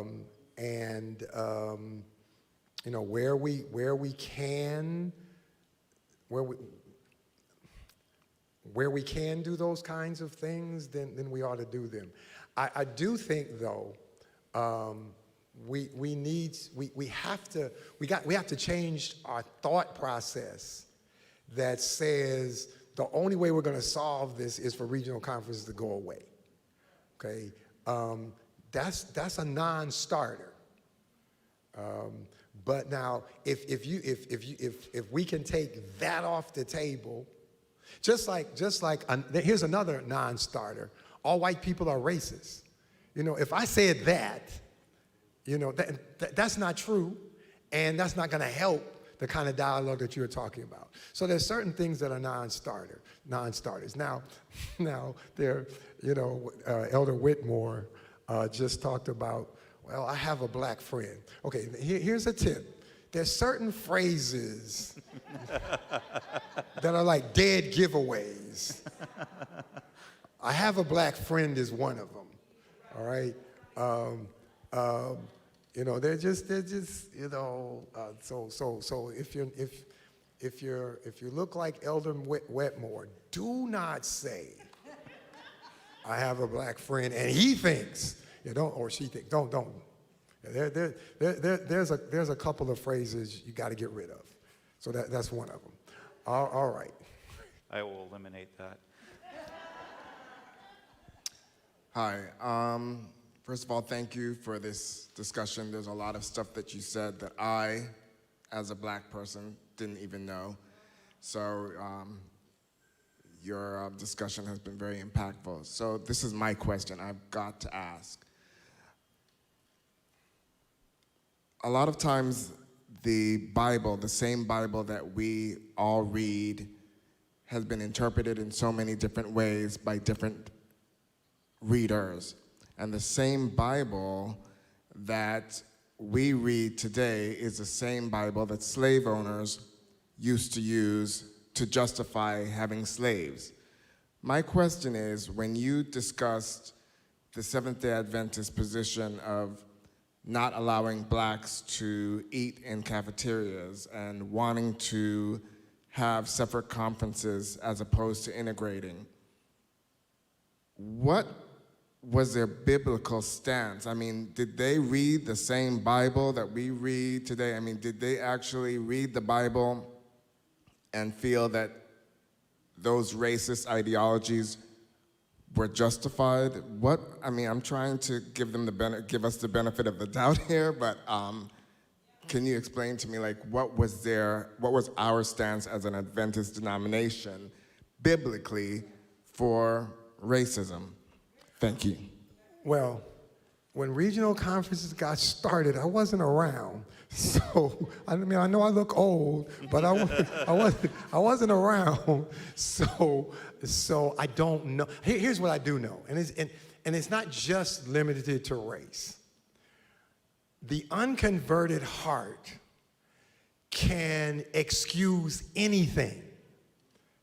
So when I used to do evangelism, and by the way, I'm doing another meeting in the summer, but when I was doing evangelism on a regular basis, I discovered you could read something out of the Bible and people say, yeah, that's true, and then go on about their business like they never heard it. One of the reasons why we have so many different denominations is not that the Bible says different things, it's that you can make the Bible say whatever you want it to say, right? And so that's what the unconverted heart does. Now, we spend a lot of time talking about racism, and I'm not trying to not answer your question. I'm simply saying that the bigger problem, an even bigger problem than racism, is sin. Racism is just another sin, and all of us justify our own sin. We just justify different sins. So for the racists, they justify racism. I shouldn't say almost. Racism isn't the only problem we have. We have another ism, and that's sexism, right? As a man, there are things that when I was I would not want people to judge me by my thoughts and actions as a young man. There are things that I did and said of which I'm ashamed. People make fun of the woke culture. Well, I woke up and realized that some of the things that I did and said and some of the ways I treated were just unacceptable. And now I'm proud of the fact that I hired the first females in our conference and hired and named the first female administrator and all that kind of stuff. But that's not who I was once upon a time. Ellen White says, man's inhumanity towards man is our greatest sin. And it manifests itself in different ways. Racism, sexism, and until we're converted, we either don't realize it or we make excuses for it. This is such a good discussion. And I've got a whole bunch of other questions. And here's what's going to happen, though. We have gone about 36 minutes past our time limit here. And so what we're going to do is I'm going to have a closing prayer. And we do a weekly podcast that we put out. If you haven't found it yet, make sure you find it. And so what we're going to do is I'm going to have a closing prayer, and normally we record the podcast on Tuesday afternoons, release it Wednesday morning. That's the way that, obviously, Elder Edmond has other things he's got to do with his week. And so what he graciously agreed to do was record the podcast. We've actually got it set up right here immediately following this. So what we're going to do is do the podcast immediately following this. I'm going to take the questions that I have left over. We're going to put those into the podcast. And so if you want to stay and listen to the podcast be recorded live, you can. If you'd just rather listen to it later, nobody's going to think less of you if you walk out and say, I got other things to do today. Only Elder Edmond is being forced to stay around, and I am too. I guess you could say that. But if you want to stay and watch it be recorded live, it's our 300th episode, which is pretty incredible if you think about that. We're just a little bit shy of a full. You could listen to every episode for a full year every day. That's pretty cool. And so this is our 300th episode. We're going to film it here. It will actually, for those of you who are watching at home, if you want to log out, you can, but if you want to stay tuned in, you can actually watch the podcast being recorded live on the online stream, so you can watch that too if you want. But that's what I'm going to do. We're going to have a closing prayer. We're going to move it over here. If you want to stay and watch, you can. And I promise in the podcast we will get to all the questions that came in online. And I don't know if we're set up to take questions from here or not during the podcast, but I think we are. So if you want to stick around because you didn't get your question answered here, we'll go ahead and take some questions during the podcast live if you want to watch that. Fair enough? All right. Well, if it's not, it is what it is. Let's pray. Heavenly Father, we love you. We thank you so much for the opportunity to think deeply.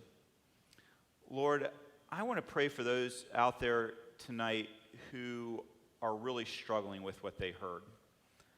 That maybe it really caused some pain.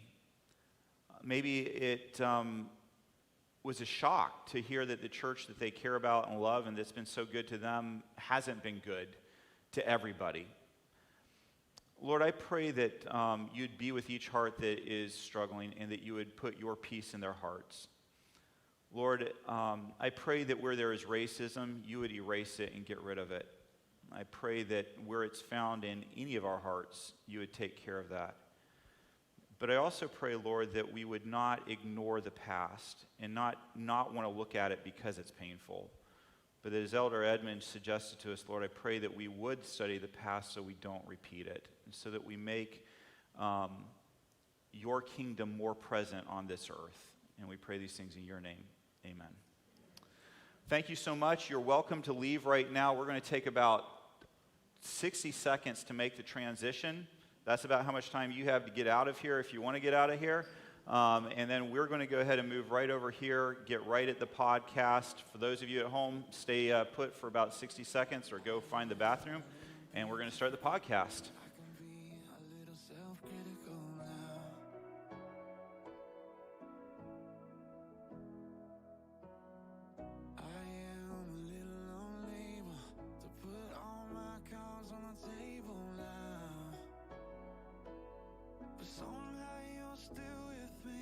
It's amazing that you care, love me like I am, and even when I can't, you still love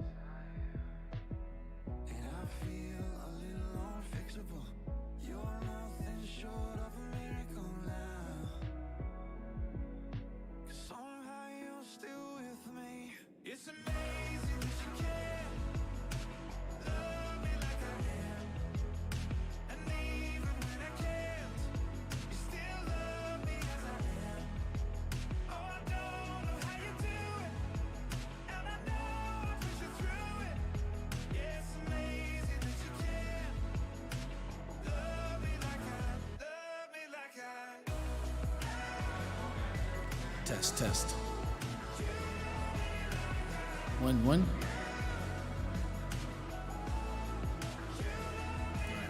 Excellent.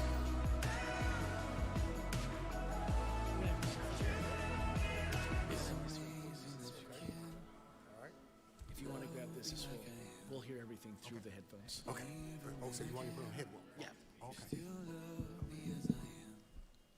All right, we're going to get started. All right. Well, welcome to you that are here in house, and welcome to our normal listeners. This is episode 300, and we had talked a long time. And if you're watching online, you will notice that this is not the Princess Castle at Disney. I repeat, We talked not. about doing the 300th We did. episode in the Princess Castle at Yeah. Disney, but for some reason our contacts didn't come through for us on that. Can you imagine that, Elder Edmond? I mean, wouldn't you have liked to have recorded that from there? I'm not convinced he was. I think No. he's happy here. No. Well, anyway, it's been, almost, 5 years? 6 years? Almost 6. We do everything weekly. We haven't missed a week yet, and so it was, Ken suggested this week, why don't we do this right after we do the Q&A, which, just like everyone else, there was a ton to learn today, and I think it was really helpful to have that conversation, and even more so this morning. I really, really appreciated your message. And I wanted to ask you, we have a couple of questions that came in this morning online that I want to get to as well, and then I know Ken has a ton of questions. But when you said, what do you do when the Lord makes you live with what you know he can fix? And then when you see him fix it for someone else but not you, I think everyone in the room, it got real quiet, and I think everyone in the room immediately went to a place in their mind where they said, oh yeah, that was this instance, or I totally remember when that happens. And whether we're a young Christian and we're just new in our walk with Jesus, or whether we've been there for a long time, it's still frustrating. It's still a part that just really takes us to our core of what we believe in faith.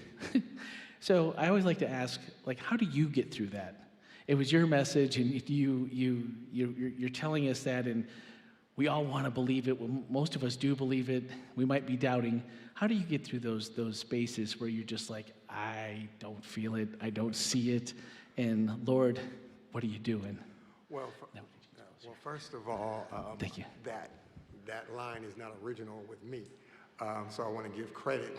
I actually heard a Baptist preacher say that, as a traditional Adventist, I don't know if you're supposed to admit that you listen to any preaching other than Adventism, but the reason why that resonated with me is, as you said, I think that's the human experience. I think we've all been there. Yeah. And the only way that you get it, the only way you get through it, and I'm not sure I get through it all the time either without struggling, but I think the only way you get it is you gotta have a relationship with God that says, even though it doesn't seem like he's there, I know he's there. So you gotta have, it all of this boils down to a relationship with God. What does that look like for you? What's your relationship with God that when you get in that spot, you say, oh yeah, I know he's here. Is that prayer? Is that you're walking 5 to 10 miles a day. So, are you listening to podcasts all day long? Is it music? Are you talking to God during that time? It's a combination of those things. And I think I think it comes from a place having seen God do it before. And it's kind of like that story in the Bible where he feeds the 5,000, and they say, in essence, what are we gonna do? We out here, we don't have any food. And so, like in the next chapter, they're out there again, and it's 4,000, and they have more bread, and they say the same thing. What are we gonna do? And I think one of the reasons why the Lord allows us to get in those situations is so that he can use those situations to teach us that he can get us out of those situations. That he can get us out of those. That's awesome. I like that.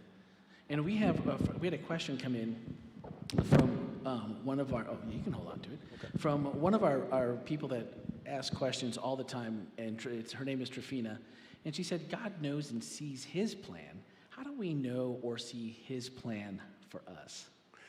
Well, one of the things that I believe is that God does not have any trouble making his will clear to us. Okay. Even, now sometimes you gotta pray a little bit, and you gotta dig for it. But eventually, I mean, God does not sit up in heaven when we're petitioning him and saying, God, what do I do? God doesn't sit there and say, figure it out. I'm busy right now. He doesn't do that. The problem, at least I've seen in my life and in the lives of people I've ministered to, isn't that God doesn't reveal himself. It's that we don't always like the revelation. He says, this is the way, and I don't want to go that way. So, and that's the challenge of conversion. The reality is, the closer that we get to God, the more he's going to say, you need to change that. You need to fix that. You need to, the closer we get to God, the more we see we need to change about ourselves, and we don't always want to do that. And so then what happens is one of two things typically happens.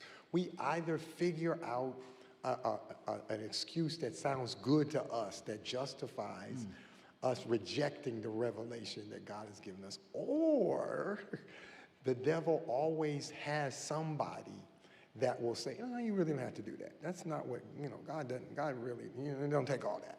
And so, I call them cheerleaders to hell, where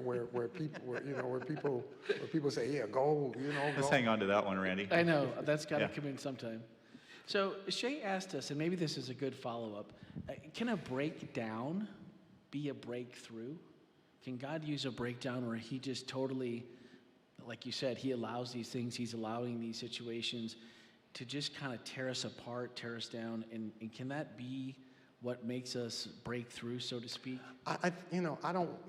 I'm hesitant to say that God uses that. What I will say is God uses what we make him use. I tend to think that God would rather, I remember one time in my professional life, I was really going through a real crisis. And I remember saying to God that while I recognized that the crisis, he was building me in a crisis, it was a painful build. And so I said, God, if you wanted us to be close, you could have just said that. We didn't have to go. We don't have to go through all of that.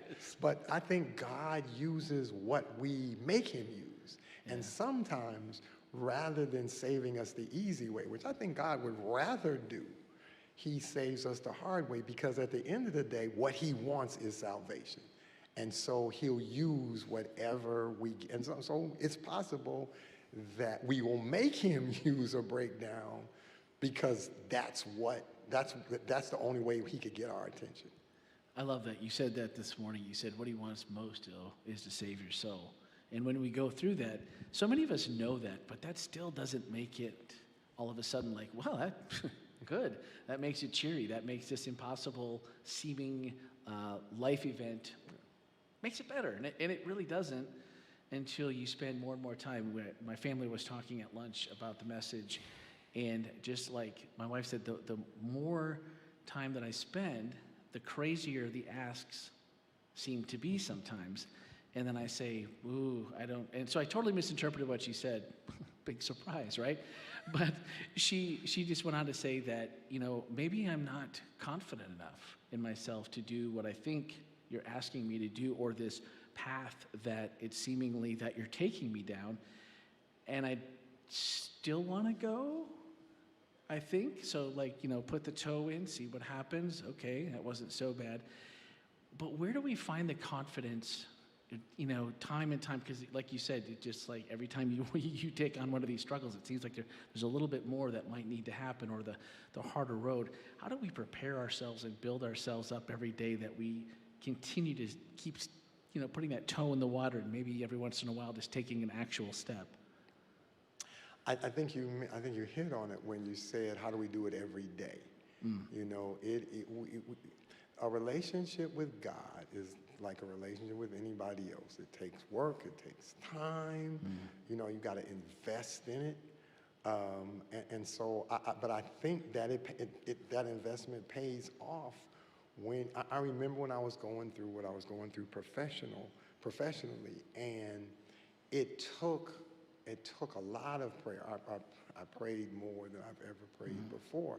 But one of the hard lessons I learned, and it actually ended up being a good thing, is I learned that anything that makes you pray is a good thing.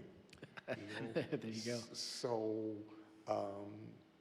sometimes God allows stuff to make us pray because here's another way of looking at it. I say that the reason why God allows drama is because he knows that drama allows us to be saved. Wow. And that seems to be, I think that sounds about right, because it always seems to be the drama that gets pushing us in the direction. I mean, think about it for a minute. Think about it for a minute. When I preached for Elder Wetmore in Kentucky, in Tennessee, I talked about what I call get ugly prayers, where you down on the ground agonizing with God and you know, you just look bad. You know, you got your eyes are red and mucus is coming out. No, you just look bad. You look like what you're going through. But as a parent, I've discovered two things about get ugly prayers. Number one, as a parent, they're inevitably about your children. And number two, get ugly prayers always, nobody's down, get ugly prayers are always about drama. Nobody gets down on the ground and says, oh God, I just got a raise. Nobody does that. I might, maybe, but I think it'd be a little bit louder than on the, you know. Yeah, those agonizing prayers come out of drama, you know, and if it weren't for that drama, we wouldn't have those agonizing prayers. That's awesome. I think anything that pushes us, like you said, back to prayer, back to daily, or just, for me, it's not always easy to just carve out prayer time, but it's easier if you're just having a conversation with God as a friend, just like you would talk, which is weird, honestly, to me. And at first, you feel like, I mean, if someone hears me talking, they're going to think I'm crazy. But just talking out loud really does kind of make God feel like he's in the same room with you sometimes, and you just kind of forget that you're having this conversation, which is probably the weird part. You know, I think that there's a blessing to pain, right? Because a lot of times in my life, I'm not motivated to change until I hurt. You know, it's kind of like you know, with your teeth. If everything's feeling okay and you eat and you don't feel any pain, you're probably not going to go see the dentist. But when you start feeling enough pain, it's time to go. And I think sometimes that God doesn't enjoy pain in our life, and I don't think he likes to see it. But I think oftentimes he'll use it to help us make the moves that we need to be making. Absolutely. We have one more from the morning, and this episode is going to be the questions episode, so I apologize for that. Usually we have a little more dialogue, but I think we have a ton of really good questions that came today, and I want to make sure that everyone gets their question answered. And this was from Anonymous. This was from this morning, and they asked, if faith is given to us by God, how would it be possible to not have enough faith to allow God or the Holy Spirit to work? I think of the situation in the Ukraine, and I have a hard time believing the situation is happening because people didn't have enough faith to stop it. Or a friend who died very young. How can it be that God was not able to save her because I didn't have enough faith? Well, I don't think that's true. Okay. Now keep in mind that the Bible talks about the mystery of godliness, which means no matter how, and that's the reason why faith, by the way, is so important, because how God does, why God does what he does. That's what I was trying to say in the sermon this morning. We can't always understand why he does what he does. And then God is even more limited by the fact that he has to speak to us in the language of men. So God is at a disadvantage. Number one, I have a 6-year-old grandson. And the grandparent club is the greatest club in the world. I tell people that grandparents are the reward from being a parent. For having for kids. having kids. Yeah, Yeah. I'm looking forward to it. Oh, it's wonderful. But he's a sweet little boy, and my wife has been his babysitter up until he went off to school. And the good thing is he's obedient. So I say, Jaden, I need you to do X. And he always does it. But even if I explained to him why I needed him, he wouldn't understand it. Yeah. You know, so I just need him to do it because he can't. And we can't explain. We try to make God explain himself to us, where first of all, he doesn't have to because he's God. And second of all, even if he did, we wouldn't get it. And so, you know, so we say, okay, well, why is, if you're God, why did my father die of cancer and all that? You know, and I understand that. But first of all, one, an explanation from God wouldn't lessen the pain. Number two, an explanation from God would not always be totally understandable. And number three, he doesn't owe us an explanation. And lastly, number four, we're the ones that chose to die. That wasn't God's idea. Yeah. That was our idea. So the how and the when are up to God. Okay, awesome. I like that. All right, and I'm just going to I have one question from your afternoon presentation. I didn't want to come up in case anyone else had questions at the mic, but I was wondering if there would be any chance that the other conferences might take some fiscal tips from the rest of y'all in the other conferences as to how to be more fiscally, because it seems like you guys have like it all together and that you're operating on less and doing a ton, you're having growth plus you're operating on less. So Randy, let's really quick, there are probably some people who are listening to the podcast right now who may Oh, not that's true. have been with us this weekend or even know. So let's make sure that we, because I don't know if we even introduced Elder Edmond.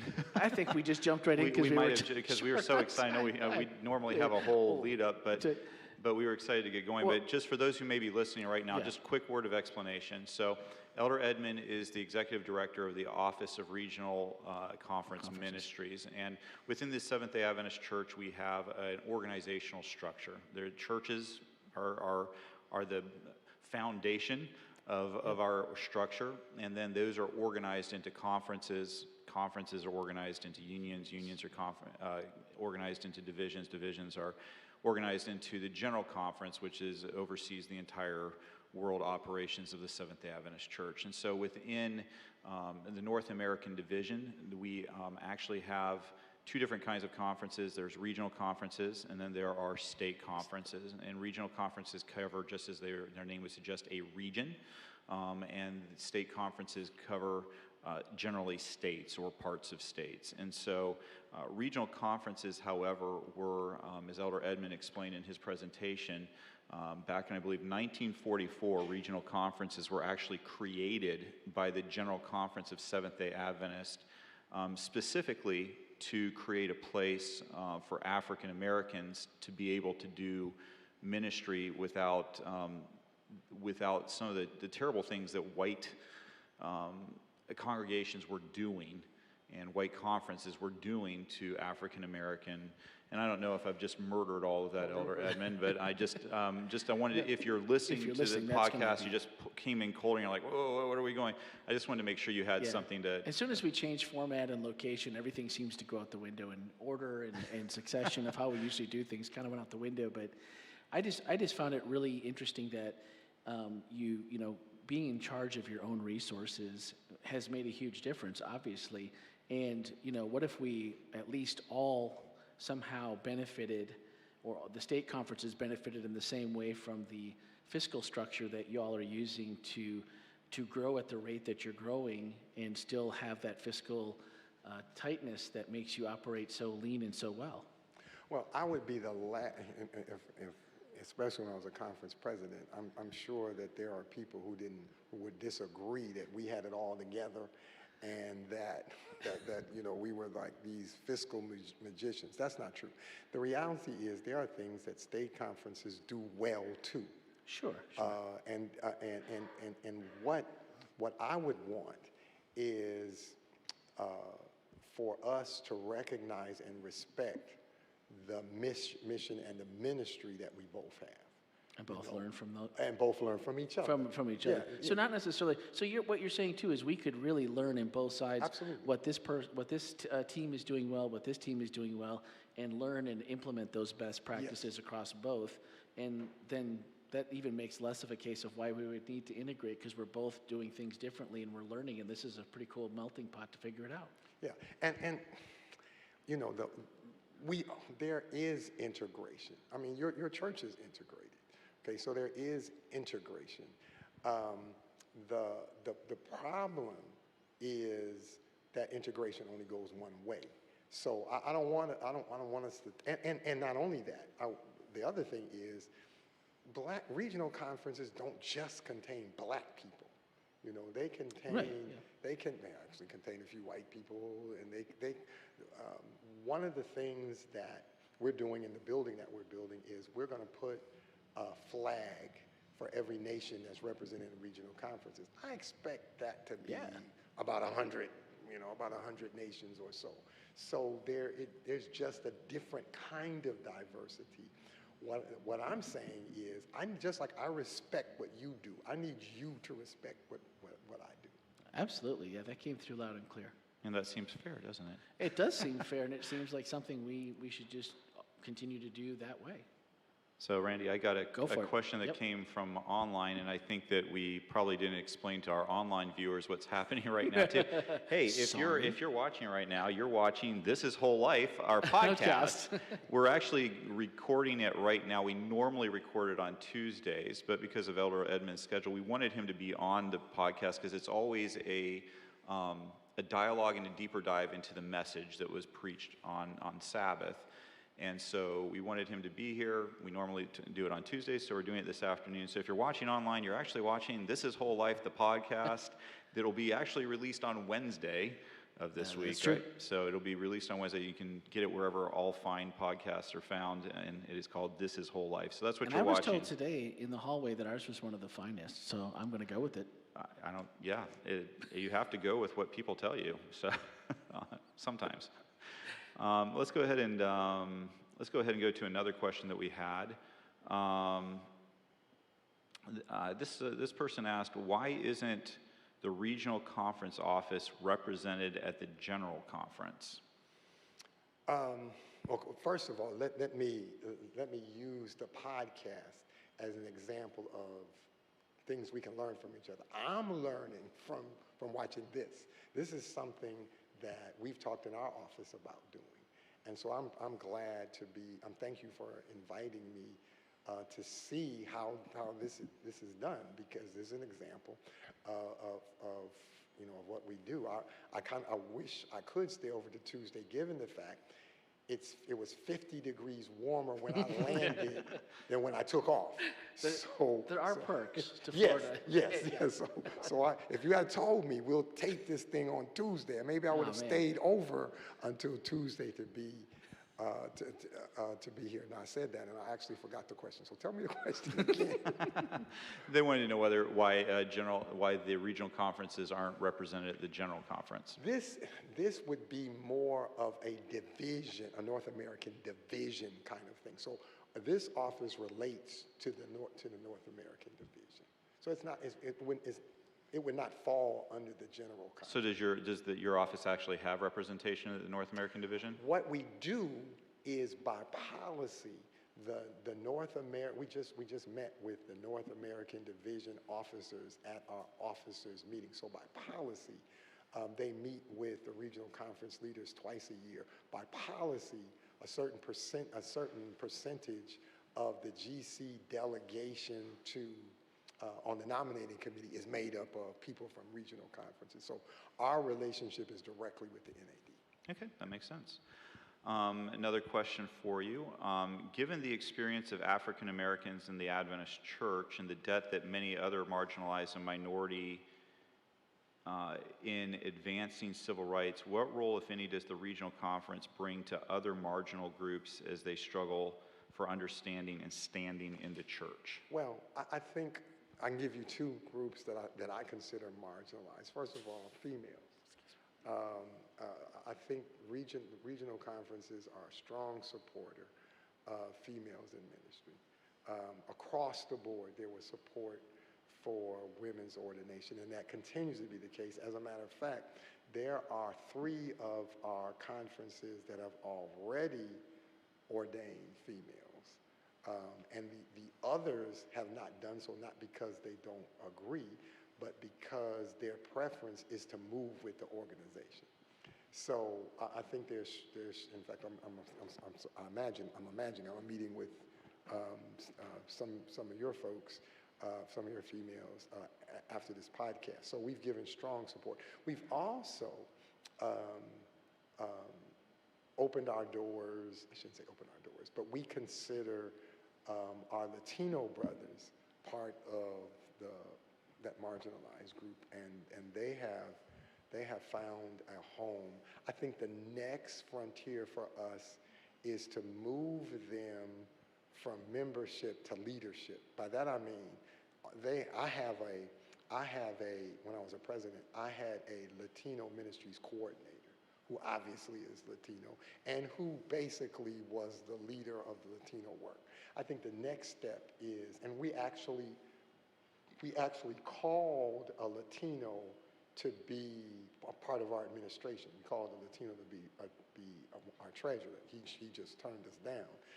But I think the next step is to make sure that we've gone from membership to including them in leadership as well. And that also includes our female. Now the good news on the female side is the majority of our treasurers are female. So they have been incorporated on the financial side. The next step, though, is administration. I would love to see an African American conference secretary, or even by policy, you can't have you're not supposed. It's hard to have a president because by policy they're supposed to be ordained, and only 3 of the 9 regional conferences have ordained them. So that would be hard. And the other thing, even though our female sisters kind of bang on the table, the reality is it's been just most of us the last 7-8 years where we've begun hiring females. So there's not a whole lot of females that have the experience to be administrators yet, but we want to. I brought a young lady into my office with the idea of putting her in administration one day. And Edmond, my AV people are asking me if I can get you to hold your microphone just a little bit closer to your mouth, just because they're saying they're having a little bit of a hard time picking that up. Okay. So just if you can get a little closer. That's one of the few times anybody said they had a hard time hearing me. Well, you know what? Can I push back a little bit on the last comment you made, and hopefully it'll be received as it's intended. But I think that for some of my female sisters, when they hear something said, well, you haven't been in ministry long enough to have the experience to be an administrator.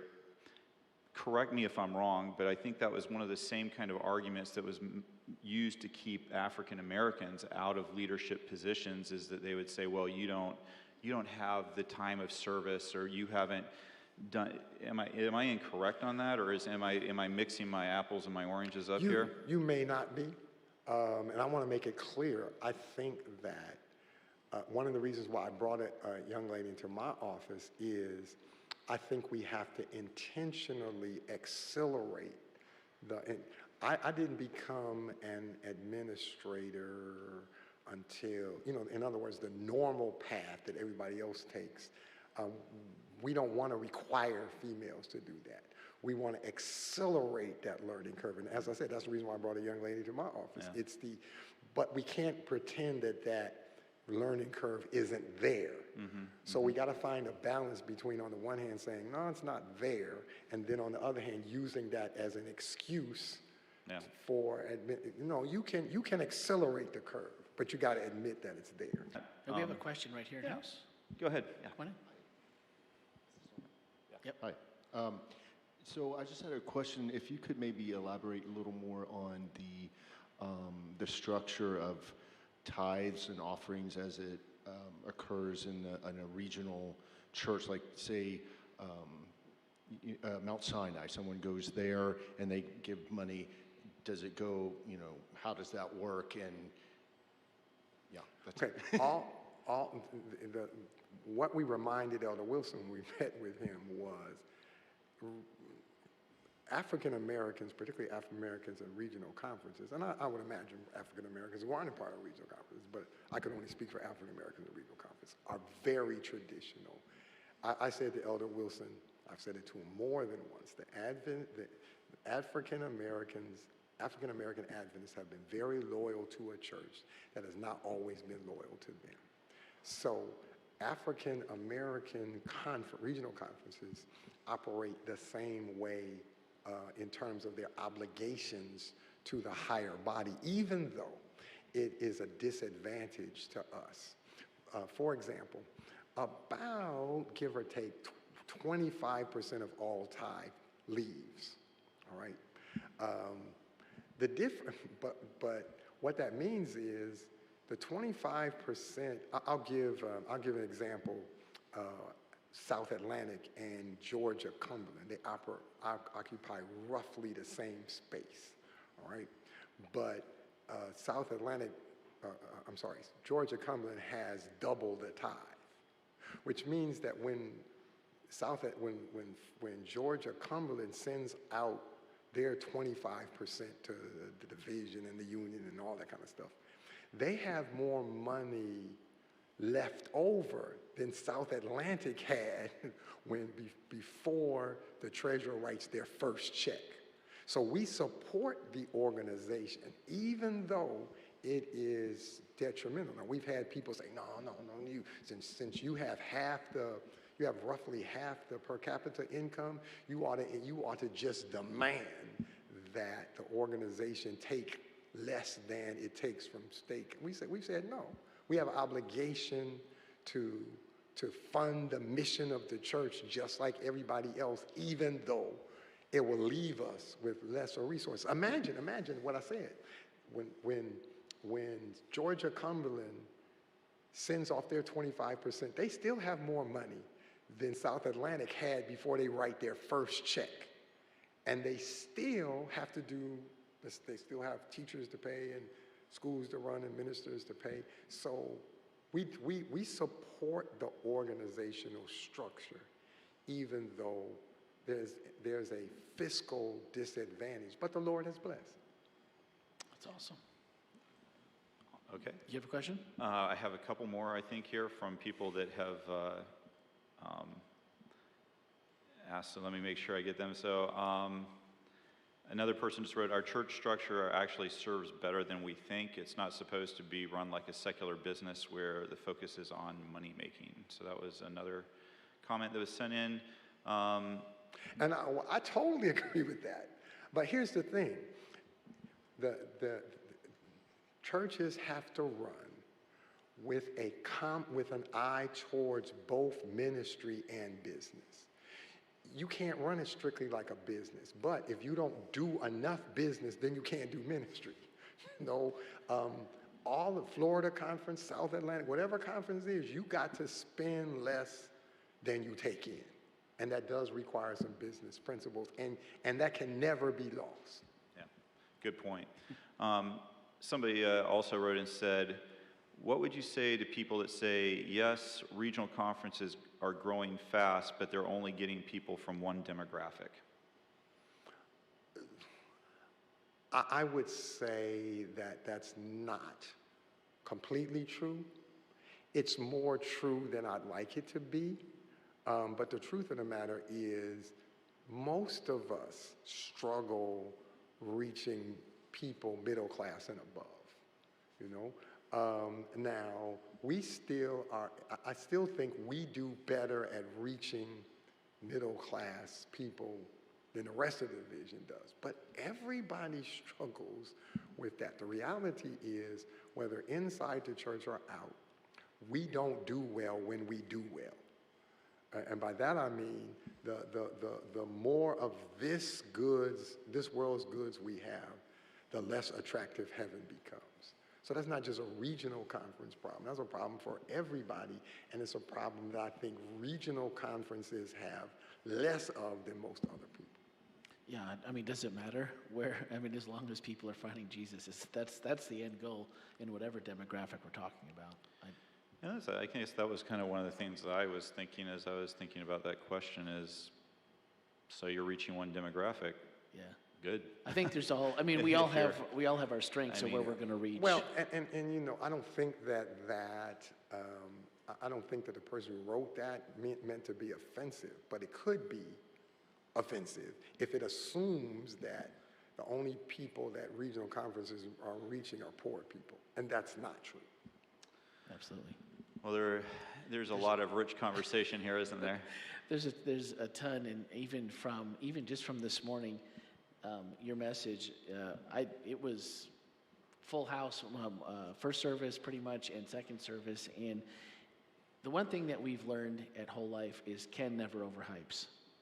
So it's true. If Ken says you guys are going to be so excited, you know, you don't know this person, you don't know anything about them, but you're going to love it, and I promise you're going to love it. And every time that happens, he actually over-delivers. And so it's been awesome to have you here all day. My family was blessed. We spent our entire lunchtime talking about the message and how much we enjoyed it and the implications. And when you said, what's in you will not change God's plan for you, you just got to trust me.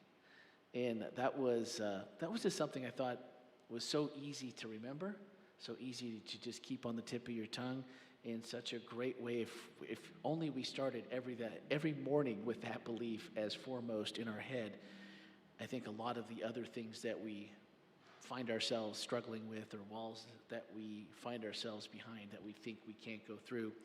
After today's message, it was one of those where you just feel like you can plow through a brick wall and come out the other side looking pretty good. So I just want to say we just thoroughly, I think everyone, I speak for everyone, we say we thoroughly enjoyed the message and having you here, and the education that we all got this afternoon in a subject that most of us think we know about because we've heard bits and pieces. Did you learn anything? I learned a ton, to be honest.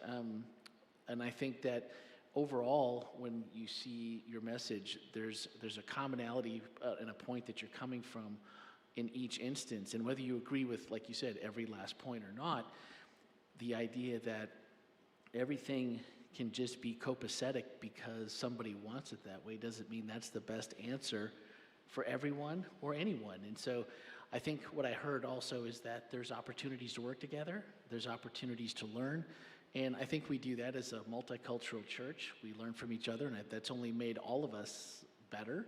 So I hope that, you know, in some way, as you continue to move on and it goes quicker than we think, and we find ourselves with more alike than different. Like that would be awesome. Well, it's certainly been a learning experience for me too. I'm watching the clock. The clock is still there? And I think, you know, 607 minutes overtime. Yeah, We're in trouble. No, I just, you know, it's something that I could learn from. You know, if I were conference president again at camp meeting, there would be a clock. There you go. I mean, and the podcast. I think if we take time for each other, there's a lot we can learn from each other. And so this has been just a wonderful privilege for me. We certainly appreciate you being here, Yeah. and I appreciate you taking the time out to come and share with us. And I think I can only imagine I would feel a little bit vulnerable in your shoes coming and sharing a topic and not being sure, you know, whether tough. people know your heart or not and know how they're going to take it. And so I really appreciate you being vulnerable and coming and sharing us a difficult topic, but one that we need to think about and talk about. Well, actually, I was less uncomfortable because I know you. Yeah. And how I expected the majority of your members to relate to that came from my experience with you. It starts with the person at the top. And so I want to thank you for setting the tone for saying, okay, this is a discussion we need to have. Well, and if you're just listening to the podcast, you weren't in-house or you didn't get to see it online, please don't miss the message. As always, wholelife.church/live, you can go back there, watch the message, and watch both services. If you get there early enough before we archive and all that kind of stuff, you can actually watch the whole thing so you can catch both, because there was a few differences in between, I noticed, but good ones. My daughter said, oh, first service, he just killed it. Second service, it wasn't quite as good. So it wasn't quite as good. So she was super honest, but she was, but you know. And I bet you liked your second service one better than your first service. Am I right? did. Am I right? Oh my, yeah, I did. Isn't that hilarious? As pastors, we hear this all. I will have somebody come and be like, "Oh my word, you did so good during Yeah. first service, and second service was was." okay. And I'm like, "Are you kidding me? I love my second service one was the I one took I liked." everything from first and I made it better for second. No, but seriously, both were great, and we appreciated having you. So I would encourage anyone just listening, please do go and make sure that you catch that message, and then share this with both the video and this afternoon's program. Please do share it with your circles, especially for people that might be wondering or that just, you know, I think they, like the rest of us, thought they had a little bit of knowledge. There was a lot that I didn't know, and I saw a lot of heads shaking as he made a point about, oh, yeah, I didn't know that. So please do catch those, and we'll be back next week. As always, we won't miss, and it'll be 3:01. And if you have any questions, continue to send them in, and we'll, maybe we can text Elder Edmonds if we need to get his input, and we'll, if we missed any or if you have any left, we'll make sure to get them. So that'll do it for this week, and have a great week, everyone. And we're All right, good. that's it. Thanks so much. Oh, no, thank you. Thank you all for hanging out. Yeah. That's it. That's what we got for today. Appreciate you, and thank you, Elder Edmond. Oh, I mean, no, what a thank long you. day for you, and you've got one more to go here. Thank you, thank you. All right.